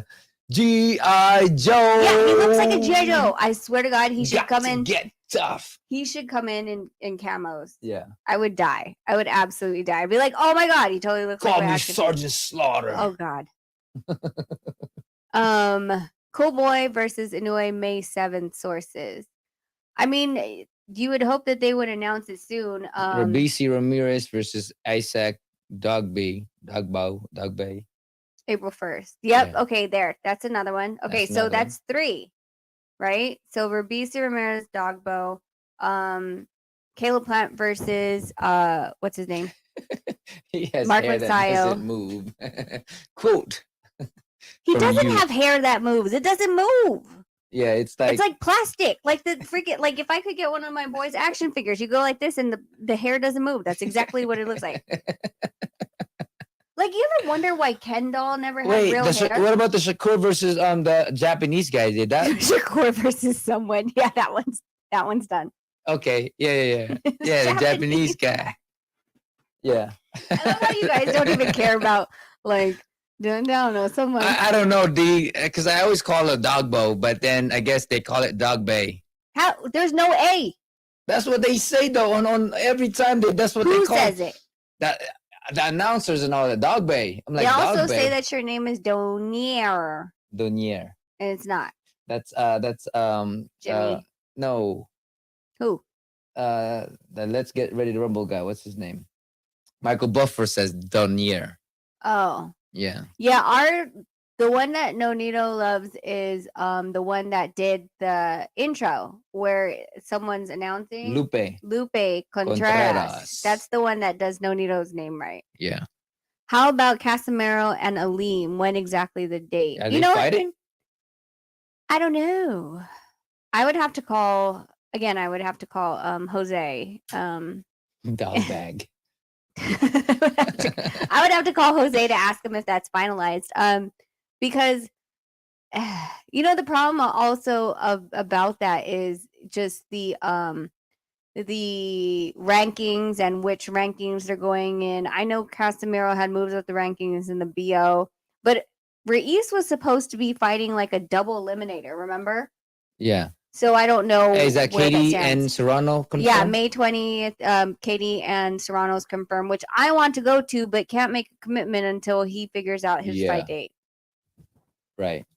And Remy with his super chat. There we go. Is it right? Uh-huh. Hey. Remy said, non-believers, did Rachel get you the floating globe? Oh, you meant Nonito. See, this is what happens with autocorrect. Nonito, did Rachel get you the floating globe? He sent me non-believer. I'm like, wait, what? Oh shit. That's non-believer. funny. Yeah. Oh yeah, Joyce and that guy. Zilly. Another that guy? Yeah, no, he's like this big guy. He's like from China. From China. Yeah, that guy. Well, I mean, we have really good cards coming up. It's just, what I'm saying is, like, there's cards that we're talking about that haven't been confirmed, and there's a handful of cards that are confirmed. Well, because of the whole Spence Crawford thing, that it needs to be confirmed, because it's just that, right? If it's not confirmed, it's just that. Do you think that they set a precedence that everyone's like, Who is they? Is that a singular? Spence and Crawford's negotiation has set a precedence for the fights that have been following, and saying, oh, we agreed to everything and everything's not agreed to. Remy said, yeah, autocorrect. Hey, on my autocorrect, it corrects his name to Monitor. Monitor. It says Monitor said. I'm like, who's Monitor? Oh, shoot. It's Nonito. Yeah. Sebastian Fandora versus Brian Mendoza is done for April 8th. Okay. God, he's so tall. Going back to pronouncing the names, Pac-Man's last name is the biggest trash talk to his opponent. It's like everyone's saying, Pacquiao. Ding dong. Who's there? Coach Ricky. Hey, Coach Ricky, what's up? Yes. From Barin. Hi. Kakainitingan namin mag-bike. Kumain, nagutom. Good job biking. Yeah, exercise. Ayun na. Arabic foods. Healthy. Wow. Okay. Just say hi. Just say hi to the couples. Thank you, Coach. Thank you, Coach. We'll talk to you later. Yeah, we'll talk to you later. Thank Bye. So, all right, okay. Coach Amber, what's up? Coach Amber's here. So anyway, let's see what we were saying. Oh, okay. So because of the fact that they this whole weird, like, we agreed to everything. Yeah. Like, I feel like people, like fans are just getting disappointed every single time whenever they hear about a fight that's supposed to go on. That people are excited about, and if it's not, made, it's frustrating for them. Yeah, and then we get mad, and then they wonder why we're getting mad, and it's like, well, why did you guys say it was done and it really isn't done? Right. Hey. Hey. Shout out to Jackie Hernandez. Thank you so much for the $5 super chat sticker. Always, thank you for all the love always and supporting us. Thank you.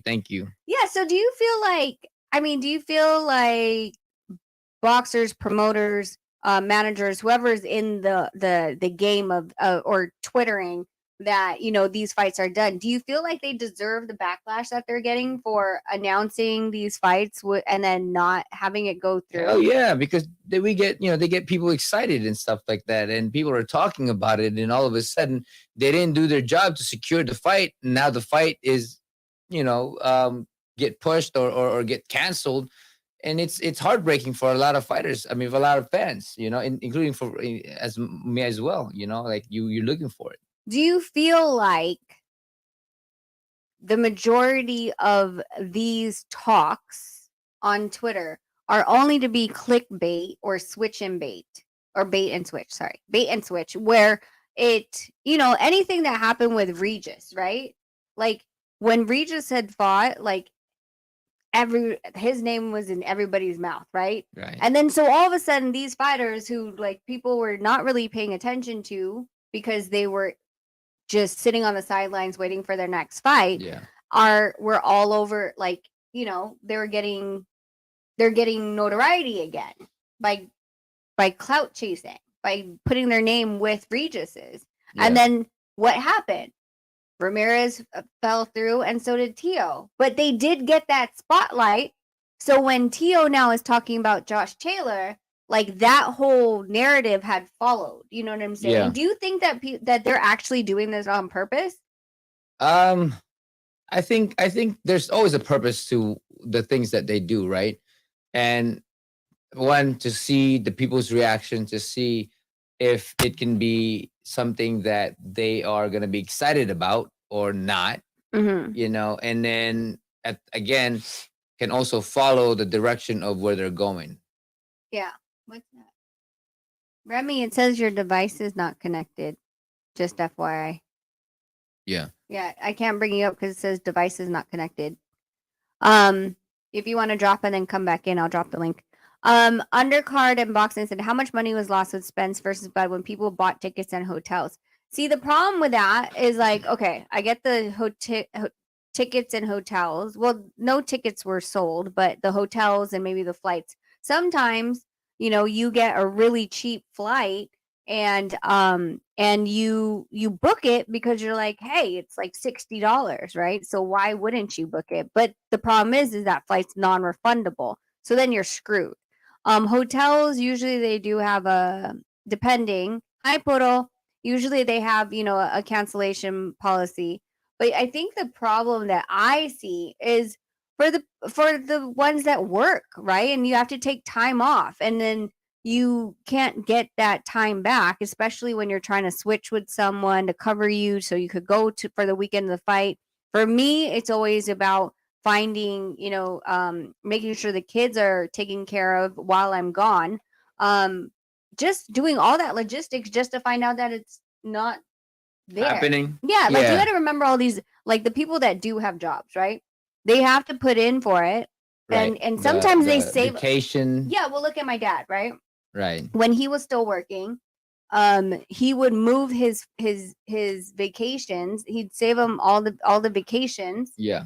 To be so then he can line up 2 weeks. Like he maybe not take a day off for a couple weeks just so then he can line up all his days off to go to the fight. Right. Right.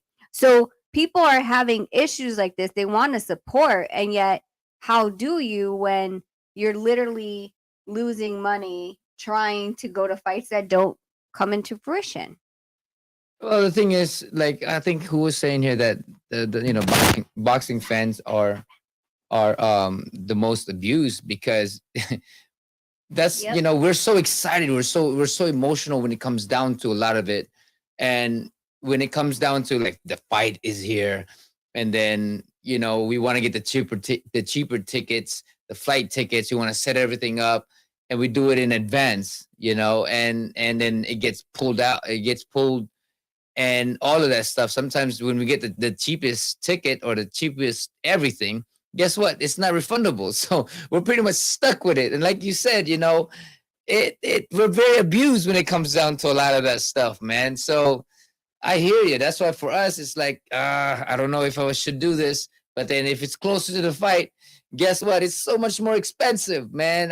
It's crazy. So, yeah, I don't know, Remy. Your stuff said still is not connected. So, I can't really bring you up at all. So, yeah, man.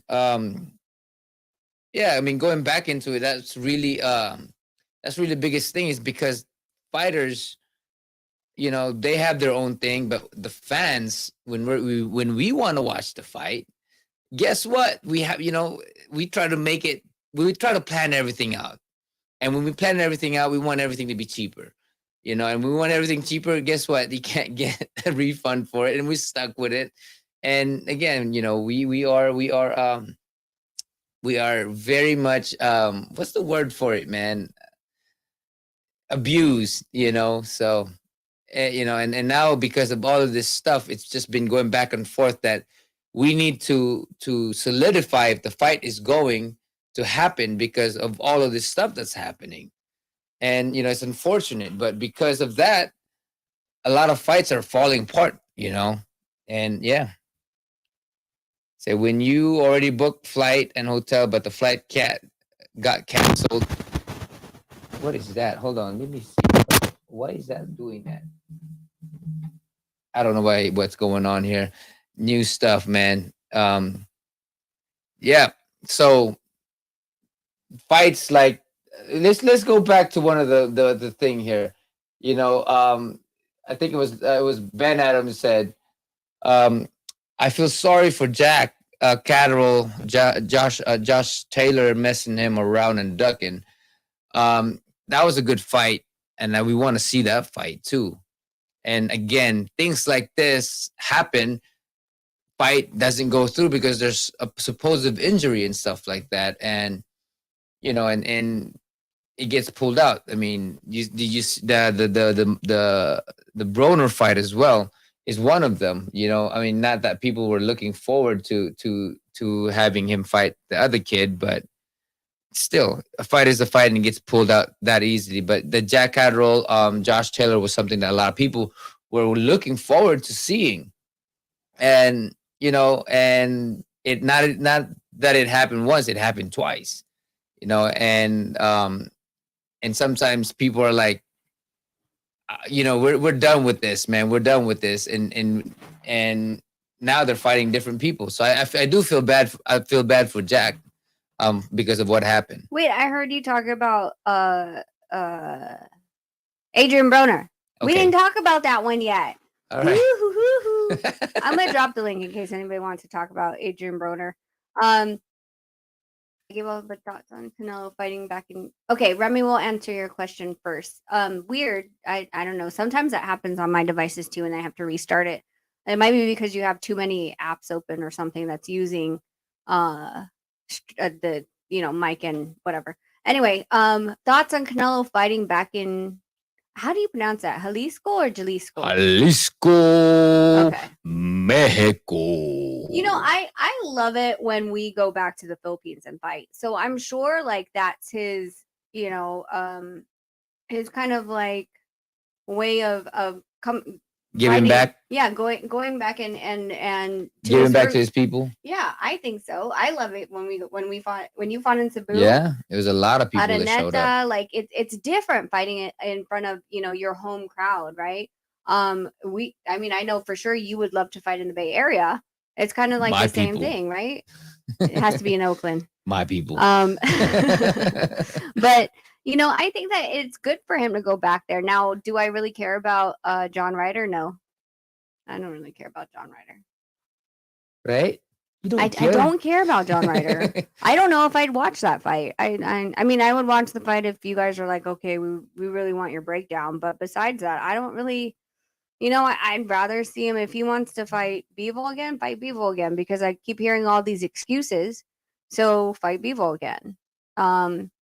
But I mean, for me, like, I'm not really that excited about John Ryder. It just is what it is. Okay. So Roy Jones and Adrian Broder and Michael Williams Sr. Dun, dun, dun. All right. So Michael Williams Sr., who is in case, just as a recap, in case you guys don't know, he was supposed to, Adrian Broner on February 25th on BLK Prime was supposed to fight Hank Lundy. Yes. Ivan Redcatch, Lundy, and then Williams. Michael Williams. And from what we heard last week, well, Mark Nash, shout out to Mark Nash. He actually got. Oh, here, I got a DJ one. It's not working. Which one is that? The DJ one. Oh, there. Yeah. Mark Nash always does that. Well, I know what buttons are the buttons. Yeah. Anyway, Mark Nash had gotten an interview with Michael Williams Sr. And the father. He's the father of Michael Williams Jr. Well, did I have to really say that? Like, yeah. God. I know. I got you. So the story that was being put on Twitter was that that Junior was out at camp with Roy Jones, and he had gotten injured, nasty fracture, bilateral mandibular fracture, during sparring, and that was horrible. It is. So so let me break that down. Bilateral means it's on both sides. Okay. And from what I'm not a PhD. I'm not in the medical field. I did go through nursing, but did not pursue. You're so from what I understood, I know I had to be a nurse. Right? My mom pulled me out of nursing school. She's like, "You're not supposed to be a nurse." Anyway, it has to actually be two different impacts, which means possibly an uppercut and a hook. Overhand, or two uppercut. overhands. Yeah. So two from both sides. Okay. That's crazy. And the fracture looked nasty. Like the picture of the fracture looks nasty. Like his tooth looks like it's in like, anyway. So the story that Michael Williams Sr. is saying is that Roy had wanted to pull out Junior because he said that his defense was lacking, but his offense was on point. And that Junior actually sparred Monday, and then Tuesday is when this incident happened, that he had fractured, that he had a bilateral fracture. So people are like, well, there's no way that Floyd would even Roy would even do that. Like, why would he do that to his fighter? Why would he, you know, all these questions, and you know, they don't want to talk badly about Roy. And Michael Sr., of course, is having is very emotional. I think, you know, I understand him being emotional because that is your son. And something like that, they either wire your jaw shut, they have to put pins and plates and needles or whatever to secure it. It's going to be a hurtful recovery journey. That sucks, right? And they were supposed to get a payday. That could totally ruin everything on him mentally. You know, because sometimes when people have injuries, it sticks in their head. Well, not even just that. This is an injury during sparring. It's not even during a fight, right? Like, right. And considering we are going to assume that the sparring was safe, that it was with 16 ounce gloves with a headgear. Okay. This is what we are assuming. We don't know. We were not there. But what has been confirmed, from senior, is that it was a 6-footer, or at least a 5'11". So here's my questions. And listening to both sides, because I did hear what Roy said. My questions are, I think there's 3 or 4 questions that I said. 1, why did he spar Monday and Tuesday? That's a really weird red flag to me, because 9 days out of the fight. Okay, listen, Nonito spars. His last sparring is either 8 or 7 days from the fight date. Okay, that means the Friday or Saturday before Nonito does spar. So that's not unheard of. Now, whether it's situational sparring, 10 rounds, 8 rounds, 6 rounds, depends on Nonito what he wants to do. Yeah. But he is still in the ring with somebody about a week before. So that gets thrown out. But again, why did he spar 2 days in a row? If you're fighting that close, you shouldn't be sparring near every day. Exactly. Girl behind the mic, shout out. I don't understand that. Okay, so that's my first question. Why did he spar Monday and then spar Tuesday? Okay, right. that's my first question. My second question is, why was he sparring a 5'11" guy when Adrian Broner is shorter than this dude? There is no rhyme or reason that you should be sparring a guy that is taller than Nonito. And Nonito's 5'7". Adrian Broner's what, 5'4"? 5. Can't be 5'4". Is he 5'4"? 5. 5'5"? Yeah. Okay, he's 5'5". So you're telling me and a half, maybe.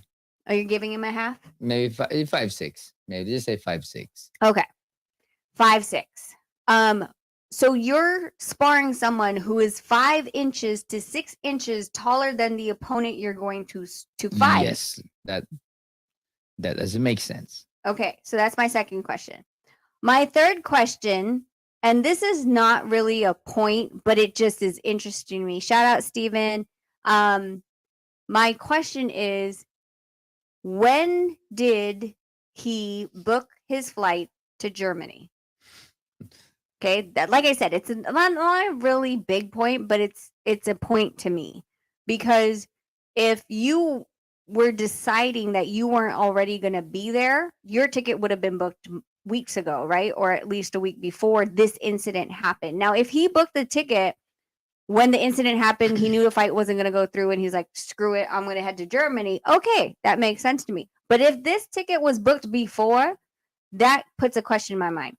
Well, the thing too in here too that could be, I think Guruga was saying, is because of what happened to Eubank.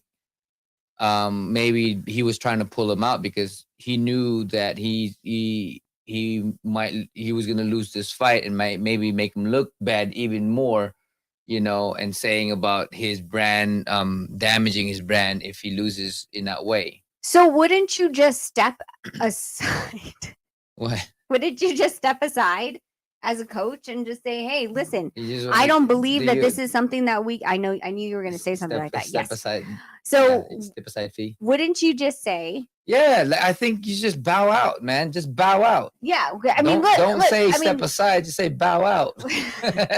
Wouldn't you just bow out? If you're. Yeah, you'd be like, hey, man, you know what? I don't think you can win this fight, and I think you can get hurt. And you're not listening to and you're not listening to our training and our game plan. And you know what? I have to step out. I can't be in your corner because I do feel that you're gonna get hurt, and I don't want to be responsible for that. Undercard Boxing said, leave the camp. That's what I'm saying. Yeah. So this is again, this is why I'm like, my 2 questions. It's not going to be he said, she said, because I wasn't there and I can't hear anything. I'm not going to. Senior's going to say one thing and Roy's going to say another, and Junior's going to say his own account. Right? We're never going to know the truth. But my questions, if this was in my situation, outside looking in, is why the hell did they spar twice, like 2 days in a row? In a row. And why was he sparring someone that was 5'11"? Make it make sense to me. I don't understand that. And I can't find Adrian Broner's not 5'7", he's 5'7". Val said Adrian Broner's 5'7". Or I think he's being sarcastic. Maybe he's being sarcastic. Because he's 5'7" and Adrian Broner's definitely shorter than him. Point is, those are my two questions. That's all I want answered. All I'm saying is like, and you don't have to like answer it, for me, right, with my fighter and they're cutting weight. Like for instance, they're just cutting weight. I'm not gonna go make them spar, but I'm gonna do a situational sparring with them. You know, where I have the shield on my body and I have my gloves and have headgears. I'm throwing punches at them, and they're punching me in the chest. You know, they can punch me in the face too, but all I'm saying is it doesn't have to be a hard sparring, especially the week of the fight. Coach Amber's right. Facts. If the fighter isn't going to listen, then I'm gone. That is a choice, right? Like, it's not like he had to go in with if he felt like Michael Williams Jr. was going to be a detriment to his brand, in addition to everything else, in addition to his possible health, and he didn't want to stand aside as Junior possibly could have gotten more hurt with Adrian Broner. Yeah. You have the option to not be right in the corner. You have the option of saying, listen, I'm out, hands off. I'm sorry. I've been with you for 5 years, but I don't agree on this. I can't. But I'm just gonna step out. Right. And I'll let you guys decide whether you want to go through with it or not. Yeah. Ben Adam was saying, Eubank Jr. don't listen to anyone. He's arrogant. I have to say, he did listen because he tried to fight like Roy. It's either he was imitating like Roy. Did try to like It was Roy. It was like, dude, you're not doing it right. He was like, what is he doing? What are you just doing? like a fish out of the water. That's what he looked like. He's a fish out of the water. But that's how he looked like, though. But that's what I'm saying is like, Roy has a different way of training. I don't know what Roy does because he hasn't really trained. But when he was giving me advice, he had some good points, that I took from him. Mom said, Rebecca Marcial's my mom. Congratulations to the Donaires for training and coaching the Price brothers to victory. Victory. Thanks. Hey, New Country, what's up? Oh, you want us to dance? Okay. Yep. Hey. Boom. Hey, New Country, I haven't talked to you for a bit because we've been missing. That's our fault. Dance, I said. Dance.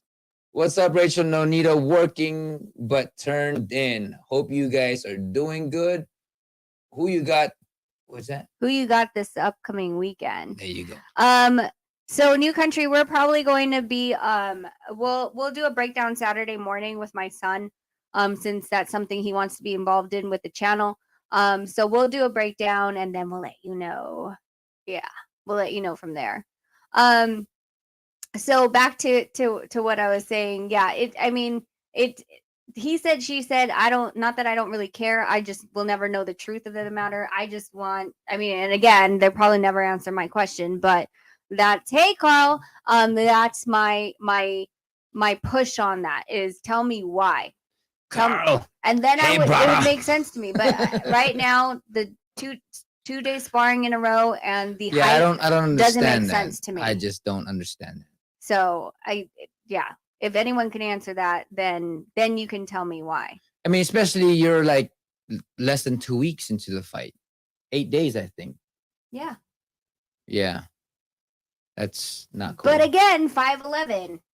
And I don't care if they're the same weight. Like, I don't care if the guy was, 135, 147, 150, 160. The point is that the distance and timing that you're going to get from a 5'11", 6-footer compared to a 5'5", 5'4", 5'6" is completely different. The footwork and the distance is completely different. And so why? Well, yeah. Not only that, it's, the positioning of the fighter, it has to be, regardless if they're on the same stand, you can't just position yourself when you have somebody who's taller because you can't really gauge it in that way. You know, if you have somebody shorter than you, you can see from that direction. You have to emulate everything kind of in that way when it comes down to sparring, because it's very, very important. Nonita and Rachel, who is your favorite trainer of all time? I would go Emmanuel Stewart. You know, he was fantastic. I gotta say, Rachel Donaire. Shut up. Shut up. You don't listen, so I fire you. Yeah. I fire you. Where's the doorbell at here? The doorbell. Oh, right there. Hi guys, I'm back again. What's up, Johnny? How you doing? How you doing? Sweep the leg, Johnny. Sweep the leg. That was my introduction to karate when I was a little kid. There, that one and Jet Li and Lethal Weapon. That was my introductions to karate because my dad was black belt. My uncle was my sensei. So wow. Yeah. Oh, nice. Yeah. I'm in no shape now. I went from Paulie Malignaggi to Tony Soprano in a few years.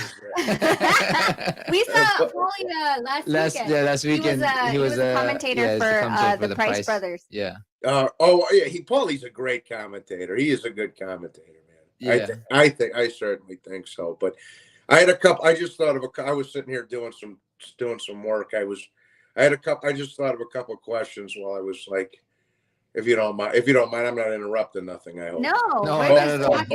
Yeah, we're just talking. Okay, this was all right. So I got a question. Nonito, if you could pick one guy throughout history, through bantamweight and featherweight and all the divisions you fought in and stuff, if you could pick one guy throughout history you could have fought, who would it have been? Man, I don't know, man. I can't mess with those legends, man. Yeah, you know, it's hard for me to look at those fighters and just be like, man, I want to fight him. You know, for me, it's just always been respect for the legends. You know what I mean? Understood. Like I was like, boy, because I was just thinking, I was like, boy, I'd love to see him in like Barrera or something, back in the day. Yeah, Barrera. Actually, back in the days when I was coming up, Marquez's brother was one of the guys that I wanted to fight. Oh yeah, but it never happened. What was his name? Rafael Marquez or Raul or Rafael? No, Rafael. The guy that fought with they had a 3-fight. Vasquez. Vasquez. Yeah, that guy. The guy that fought Vasquez. Those were good ones. Those were good ones. That was a good fight. Yeah, those were good fight. Yeah. But when you're talking about all this other stuff, man, I don't know. I just never really kind of look back into it. Even when I'm thinking about it, I just have all this respect for them, Yeah, no, that's perfectly understandable. Okay, well I'll rephrase that a bit then. If you could pick a fantasy fight between two guys throughout history, who would it have been, the two guys? Without including yourself. I would want to watch the Pacquiao versus what's his name? The Venezuelan guy. Valero. Yeah. Valero. Yeah, that would have been a good one too. That would have been a good fight. If I could put another mix in it, I would say Naseem Hamed. There you go. I always thought a great one would have been at 140, 135. I think Pacquiao and Chavez Sr. That would have been a yeah, they have to be at their prime though, Right, of course. Yeah, both fighters have to be their prime. I mean, you can look at a lot of things like Leonard versus Floyd, just to see it. I mean, I think that Floyd would be in a different realm. He won't be able to do that shoulder roll because you have this guns of punches coming at you. Leonard was, because my dad was a big, huge Hagler fan. He was crying when he got shed a tear when he passed away. God rest to Marvin Hagler. But he's that legend, man. Absolutely. Legend. But he always was pro Hagler, and not so much Leonard, because they had rivalry. But now my dad was like, as the time goes on, he's like, bro, that guy was just an absolute one of the all-time greats, Leonard. But he's like, even though I wanted Hagler to whip his butt, right. He's I mean, that fight was definitely something that should have happened again. Should have been done, but we didn't get to see the second one. Unfortunately, because he stopped after that. But he was a man of his word. Yeah, like I said, that guy had a lot of character, Hagler. A lot of grit, man. It was a tough loss, man. Tough loss. But back in the days, man, those fights, they fought everybody. That's why for me, I love the old school fighting is because they did fight everybody. They fought everybody. Whoever came up, they weren't this thing that needed to be negotiated or things that needed to be more money and stuff like that. They just fought. Right. Right. Well, then, Nonito, I've always considered you more of a throwback fighter with that regard too, because you just like to, you want to fight. I'll go for it. If I can't get number 2, I'll go after number 3. If I can't, type of. That's just how I am. I'm just always gonna test my limits. If I don't, I might as well just walk out of the way. Walk out of the sport, because if I don't get to wake up in the morning and have a motivation to want to beat somebody or a motivation to want to get to the top, if I don't have any of those, man, I might as well just walk away. But fortunately for me, I'm still very eager. I'm still very excited. I'm still want those smoke. Yeah, right, for sure, dude, for sure. Yeah, man. I mean, and you yourself has given us some classics, brother. So, and I'm grateful to have seen most of the journey, my brother. Yeah, no, I mean, there's more. Watch. Yeah, there'll be more to come. I'm gonna be like, from this point on, I'm like, let me show you how great I am. Well, you're gonna break your own record this coming fight. I like breaking my own record. You already and then that was kind of like my thing with Rigondeaux, right? Like, because I felt like after you beat Ubali, you were named the oldest bantamweight champion, and then what's his face? Rigondeaux fought Casemiro, and I'm like, if he beats Casemiro, then he's gonna be the oldest bantamweight champion. But that didn't happen. But now, because you had beaten Ubali at 38, you're gonna be 40. So you're just beating your own record at this point. I like beating my own record. Ain't nothing wrong with that. Ain't nothing wrong with that. I was like, it's funny when because I used to have an old channel. I got into a bunch of crap that I won't even get into, but I started a new one, etc. And but that was one of the last fights I predicted on my old channel, and I saw a lot of people, because I make the fight predictions and I break them down a little bit. But that was one of the last ones I made on my old channel, and I was like, dude, because there was a lot of people picking Ubali to beat you, and I'm like, bro, watch. I was like, watch, dude. He's gonna come in there and he's gonna smoke him, because Ubali, he's good. He's very fast. He's light on his feet and everything. But I'm like, bro, Nonito can crack, man, and he's got a lot of experience. Timing, yeah, and the timing, right? Yeah, and the thing is that, like, what a lot of people didn't know or wasn't highlighted was that Nonito actually sparred Ubali when he was going to fight. What's his name? Rashid Warren. He was here in Vegas, and Roy hit us up. And I remember Coach Kenny Adams was totally against it. He was so mad. Like, I was like, Kenny, I was like, I can't do anything. Nonito said that he's like, he shouldn't. What if they end up meeting later? And I was like, well, then they end up meeting later. And then that's what ends up happening is, they ended up meeting. So for Nonito, he was sparring Ubali in the southpaw stance, not even in his orthodox stance where he can actually, do a lot more. Yeah. And so it was kind of like I think a false sense of and let's welcome our Aussie asshole here. He says, okay, but we gotta dance first. Oh, we gotta dance. Hey, oh, hey. Kenneth Johnson, thanks for the super chat. Nonito, what fighter was your nemesis in the amateurs, and where's that fighter now? Brian the guy from Philly. His name was Rasheem Jefferson. That was your nemesis? I mean, we would go back and forth, right? So I beat him in the silver gloves. He beat me in the JOs, right? That was one of those things that we saw.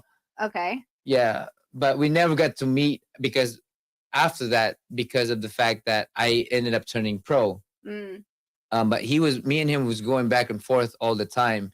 What happened to him was he tried professional for a little bit. I think he got into some trouble in the streets or something like that. But now he's back and he's training his son.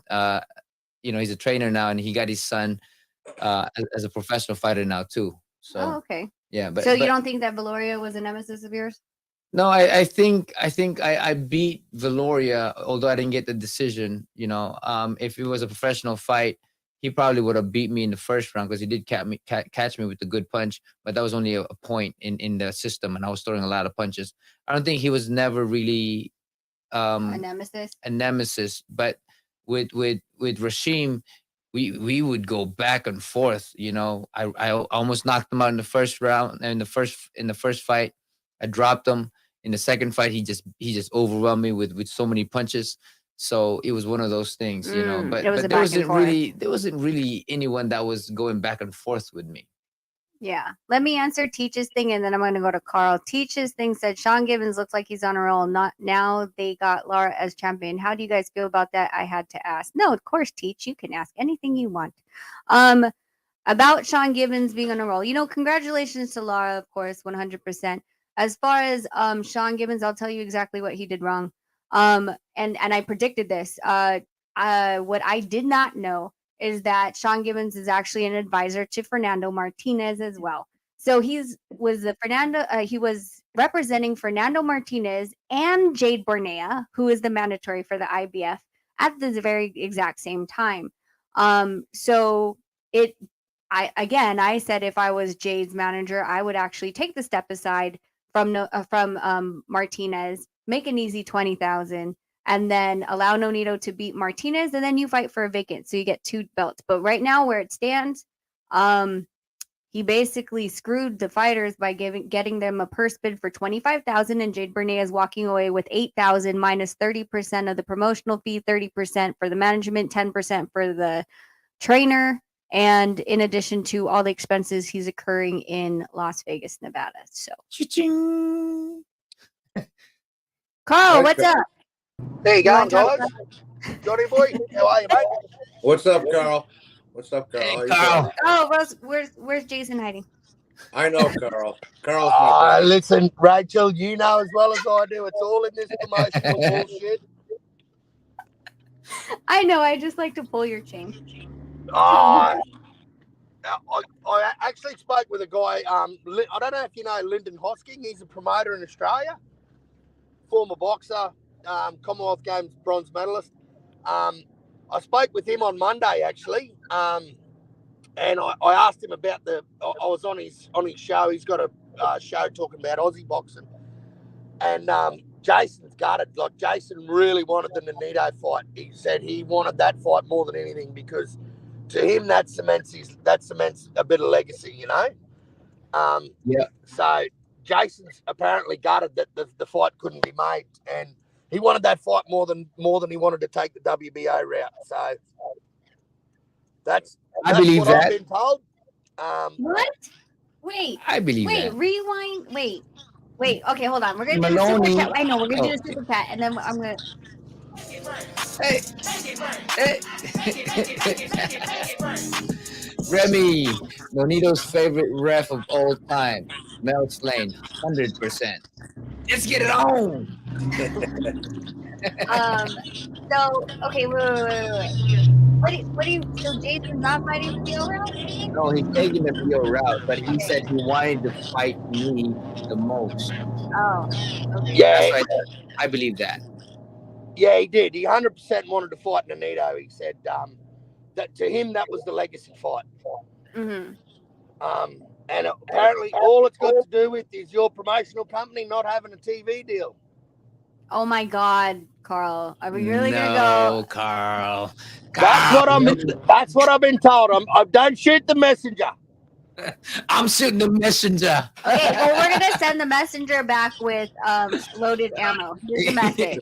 Nonito's been working on Showtime. I've been no, Rachel. I've been giving Carl a hard time because that Tim Zoo and Tony Harrison fight's coming up, and I'm from the Midwest, and I'm like, Tony Harrison's gonna whip your boy's ass. No, this ain't Shots fired. I don't think that's going to happen, but I think your boy's going to go home with a concussion. But I've been breaking his chops a little bit though. It's like I said, I don't think your boy's going home with a spider. Oh, I've got a funny story to tell you, Rachel and Anita. God, You'll love this. Spiders again? About spiders. Okay. Yeah, it was so funny. So 2 days ago, Monday, we're at work, and we had the apprentice cleaning up a big pile of timber, all these offcuts of timber that we left on this house. And he didn't even realise, but he had this tarantula the size of my head crawling up his arm. Man, it was massive. And no one wanted to tell him. Everyone's like, don't tell him. Just see if he can work it out. Aussie people. Dude, Carl will be the one with like a baseball bat, right? And he's like, bro, hold still. Just hold still. and then the tarantula like moves and Stop moving, you fucking spider. It was massive. This thing was huge. It was as big as my head. Oh shoot. No. I'm not a sissy by any means, bro, but that would have freaked me out too, dude. That's Hey, me too. I'm not a sissy by any means. But fucking spiders, no. Call me a fucking sissy. I tried getting a photo because I know how much rate. See, YouTube censored you, Carl. Yeah. You were saying I didn't even have to censor you about spiders. It already cut you out. Like, my hands are here. I didn't do anything. It's like they're like, no, we're not gonna let Carl go attack Rachel. See, YouTube's got my back.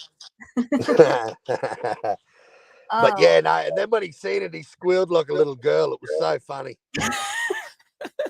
Should I do? Did he move his arm? Did he go like that, and then the spider jumped off and started chasing him? He tried flicking it off with his hand, but at the same time, he didn't want to touch it. It was funny. I'm telling you, it's one of those cartoons where they start beating you with a baseball bat. Yeah, that would be me. That would be me. I'm sorry, babe, but you're gonna have to be like, I'll beat the crap out of you if the spider jumps around all over you, man. Just saying. There's a lot of big dangerous animals out there with the cats but for the little ones, the spiders and the snakes, bro, those two are like, I'm like, no, I can't do that. I can't. Yeah, we've only got 7 of the most 10 deadliest snakes in Australia, so we don't have many deadly snakes here at all. I know, Carl. That's why 7%. Fucking A. I know, Carl. That's why one day I'm going to come over there, Carl, so I can get over my fear of them. Yeah, come over, Johnny. I'll take you out, mate, and we'll find some nice snakes and spiders for you, bro. Let's do it. We don't have to go far. Murphy Brown, what do you think about coaches sparring amateurs for heavy sparring if they're lightweight? I feel like you're inferring to this whole Roy Jones and Michael Williams Jr. thing. Yeah, because Roy is 6 feet tall, and his dad said he's sparring somebody 6 feet tall. So, how much does Roy weigh? Roy's a big boy. Well, his dad said he's not 147. That's for sure. His dad said 147. No, his dad said that the guy that he sparred was 135, but not in camp. Okay, so 135. That's nowhere near Roy. No, 135, not in camp. Probably around 180. I just feel like if you're already gonna shoot fires, shoot fire to Roy, and say he didn't do this, he didn't do this, he did this, he blah blah blah. then what's the point of like hiding if he was the one that if was he in the did, right? Yeah. Right. So, I mean, I don't know. Like I said, my only question is why were they sparring 2 days in a row, and why was he fighting a guy that big? Then answer me from there. But yeah, you know, who is this guy he was from? This bodybuilder dude? I don't even know. Was that the guy? he never dropped the name. Oh, it's just some guy. Yeah, that's what they said. They you know, like they all said he's 6 foot, okay, and that wasn't like a thing, but they never said who the name is, and I think that's where the speculation comes from that it's Roy, because Roy does have a fight coming up, right? April 1, I think. He's boxing Anthony Pettis. Yeah. And Pettis is MMA fighter. Yeah, he's Anthony Pettis. He's actually from by me. He's from Milwaukee. He's a former he's UFC lightweight champion. Yeah, I know definitely who he is. That's why I was like, wait, the MMA fighter? Yeah. Hey, Carl, have you sparred with a kangaroo before? Yeah, man. Of course I have. But I don't. You gotta mind. One thing they'll teach you is to maintain distance. Hey, Carl, those fuckers look like they have tainted meat. They're like yolk as hell. Yeah. Yeah, some of them are super jacked, eh? Yeah. Like super jacked. They got muscles in their shit. They're unbelievable. Carl wake up 5 o'clock in the morning going to work and he sees the kangaroo like curling on the side. It's like kangaroos just looking at him and shit. I'm actually where I'm working on an island at the moment. I'm just about to jump on a ferry now. And where we're building this house, there's just wallabies just everywhere. I was on Troy Graham's panel yesterday and I was showing them the wallabies. There's just wallabies coming down and feeding right where we're working. Yeah, it's amazing. And that's where the tarantula was. So I'm making sure I'm not picking up any piles of timber. That's the apprentice's job. Is there like a spider repellent spray? Like you know how like mosquito bug spray, like you don't want to be near you? No, Rachel, sorry. So when you come to Australia, you're just gonna have to put your big girl pants on. Well, yeah, look, just stay away from where I live. Just stay away from North Queensland and you'll be right. We got all the nasties up here. Well, that's what you were saying. You live like out in the country out there too, don't you? Yeah, I'm in North Queensland where everything kills you, like the jellyfish in the water. Like we've got irukandjis, box jellyfish. That's if the crocs and the bull sharks don't get you. But yeah, you just don't want to swim. You guys got everything in there, huh? You don't want to walk under a tree. Shit, don't walk under the tree. You literally remember how Australia got like established. Yeah. You know, all the convicts were supposed to be sent there. So they felt like, well, we don't have to put them to death because there's a bunch of things that'll kill them anyway. And then they end up reproducing. Yeah, that's right. Now look at them. They're all friends with all the animals. They're like their pets and shit. Yeah, we've said the truth. Now, what we do is when the British come, all the animals kill the British, which is really good. So if the British go swimming, they die. They die. We've made a pact with all the animals. I said, hey, look, it's not our fault. It's not our fault. We were left here. We wave the peace flag, and the animals love us. But we know where to swim and where not to swim, where the tourists don't. You made a pact. It sounds like a Game of Thrones episode over there. Yeah, right? A little bit like Avatar. I made a pact with all the creatures so we can take on the other. Oh my god! We can take on the other side. Yeah, exactly. This is how we're going to achieve world domination. Carl, who is Roger the kangaroo? Roger the kangaroo. Never heard of Roger the kangaroo. Oh, New Country said tell you about Roger the kangaroo, and I don't know. All right, I don't know New Country. No idea. Sorry. Roger. But I do know this. See this fella on my avatar? Yeah. Mm-hmm. That's Kev. Have a look at the size of him. The fact that you're naming these wild animals is concerning to me. Oh, can I put him on? Yeah. That's him on a punching bag. That's Kev. Is Kev an amateur? Or he's just turned pro. He's turned pro. And, yeah. You train him to get after me? I want to call him Virgil because he's got a lot of knockouts to his record. Virgil. He's about 280 pounds. Damn. Yeah, he's a big boy.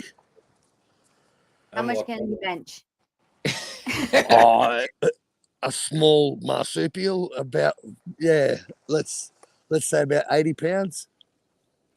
The little arms are good for nothing. It's them back legs, them back legs. No, ones that are yoked though. Yeah, you see those yoke ones with giant arms? This guy's so this breeder kangaroo is called an Eastern Grey.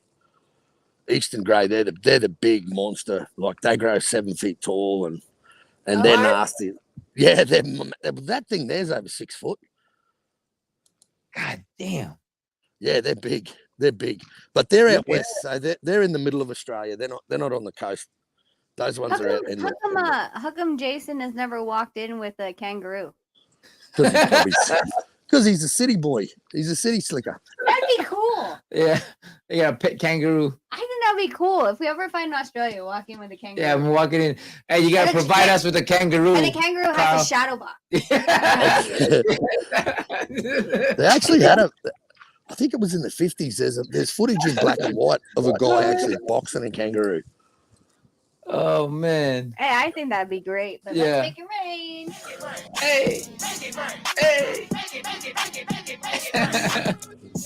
Thank you, Jackie Hernandez, for the super sticker.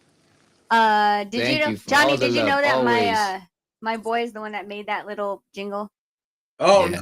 Yeah, he makes all the music and stuff because he's a little mini DJ. So that's cool. Country said the Roger is the yoke one. Oh, Roger's the yoked one. That's the one I'm talking about. Then. Yeah, the yoke kangaroo. Yeah. Okay. How much does Roger bench press? We should have Roger walk us out to the ring. Yeah, we should. Yeah. Roger will probably kick the shit out of you. Yeah, probably. You probably won't make it to the ring. No. Oh no, I think he died. Oh, he died. Oh, dude, that dude is maybe yoked he was as hell. on Peds. Was he on Peds? Yeah. Put him up. Put him He up. was super jacked. Was he on beds? Yeah. Green. I think he was in Canelo's camp. I think Canelo had the same idea and said, "Look, let's get Roger really jacked for this fight." Let's see which one. Which one Just today? the first one's. Look at how jacked this mother. Wow, look at that dude. Oh, that guy's definitely on some Canelo sauce, bro. Holy smokes! Oh yeah. Is that real, Carl? Is that real? Yeah, man. Yeah, that's Oh my legit. God! That's a buck. They call him a buck. So he's like he's the alpha. Look at his traps. Giant rat. Look at his forearms. I know. Look at that one when he's like, go up, right there to the right. This one? So, yeah, Is that real? that's crazy to me. That guy should be the bad guy in the next Arnold Schwarzenegger. Yeah, that's him. Bones. That's him. Holy smokes! What's his fat percentage? Very little. Holy smokes! That's crazy. Can But those see things those- punch? No, it's not the arms. It's those back legs. You It's gotta the worry legs, about. right? Yeah, man. They get back So on they their hold tail. themselves with their tails, right? Yeah, that's it. They balance off their tail and just boot you. But why is this dude's arm so yoke? Man, I don't know, but he's been That's lifting some crazy. serious weight. When you're passing by, he's like this. He's just doing this shit. Yeah. Dude, look, he knows how to pose for Yeah, he's muscle freaking building. posing himself. Yeah, That's I think he was actually someone's. I think he was a pet. I think someone because I've seen him I've seen photos of him actually like he's got a stable that they put him in like a horse. That's crazy. Wow. That See, guy. Roger, Country knew exactly who he was. He was a How do rat. you not know that? That guy. Because I probably don't keep up with wildlife because I live with them. I don't need to look at them on YouTube or well, Google. If The Rock was a kangaroo, that would be him. Right. That's insane. Just how man, big they get massive. I'm telling you, imagine if you trained him to hold your belt while you're walking through the He's just walking, is like hopping around. They're real characters too, eh? Look, they are seriously like that kangaroo would be a real character. They got personalities and like he'd be so they're a pack animal. They're no different to a dog. Look, and that guy there, he'd be the protector of the pack. And like dingoes are their biggest enemy. Like that's their biggest in Australia. The wild dogs are called dingoes. And dingoes, yeah, so that guy would kick the absolute shit out of a dingo. Wow. When they come in to eat a little Joey, a little baby. Wow. Yeah, that guy would kick the absolute shit out of that dog. I saw that one video where the guy punches the kangaroo because he was got his dog. Yeah, he was going after his dog in a headlock. And the kangaroo was like, "What the fuck, man? What'd you hit me in the face for?" And they're just staring at each other. He stood up and shaped up to him. Yeah, it was like, "What the fuck?" But did you see how big that kangaroo was? Like that was big. That kangaroo was huge because that guy was tall. Yeah. But the kangaroo was just like, "What the fuck, punch me in the face for, man?" Like they do little bitch slaps with their little arms. Like they'll just bitch slap you. But what they'll do is they'll grab you with them and pull you into them. And when they pull you in, that's when they get you with their back legs and they'll do some the big kangaroo. They'll rip your guts out. Oh, yeah. So you don't want to get too close. That's why I say you got to maintain distance. Wow. You just want to jab. Devin Haney would be good, except when Devin come into clinch, that's when Kevin get Devin out of there in the clinch. If he maintained distance and just did 87 jabs like he did with George Kambosos, he'd be right. He might have a chance. Yeah, but the clinch game is where Devin would get it all wrong. Is it safe to assume that MMA fighters would beat the shit out of this, would choke the shit out of this Australian kangaroos? No, because he'd come in for a cuddle and he'd get the shit kicked out. He'd get the shit kicked out of him. That's crazy. Yep. All right, guys. I think we're going sideways, and and on that note, I'm out of here. Thanks, I'm Carl. off to work. Hey, Carl, Johnny, thank you guys. Johnny, take care, guys. Take care, guys. God bless you.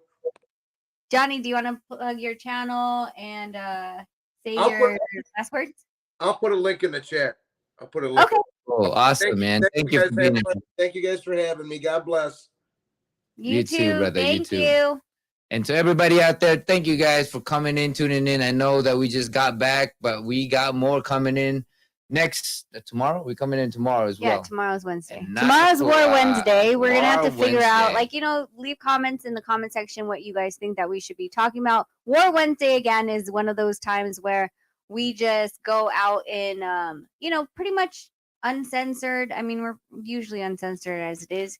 But what you guys want to talk about that's really bothering you in the sport. Yes. So there's a lot of topics to talk about, the cancellations, the teasing, or we can talk about the Roy Jones thing if you guys really, really want to get into it. So big shout out to everybody out there. Thank you guys once again for tuning in with us and showing us much love. So be safe. Be good. And what else do you want to say? I mean, that's it, guys. Thank you guys so much for tuning in and for being patient with us as we dealt with the fun stuff of boxing and our kids. But again, leave it in the comment section if there's a particular topic you want to talk about tomorrow for War Wednesday, and I'll create the thumbnail and we'll talk about it tomorrow. Until then, peace out, be safe, and God bless always. I'm Jarrell, and I am Logan. Thank you for watching this video. And don't forget to like and subscribe the video. And hit the bell.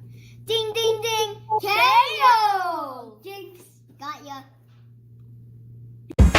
Bonito the nail. Filipino.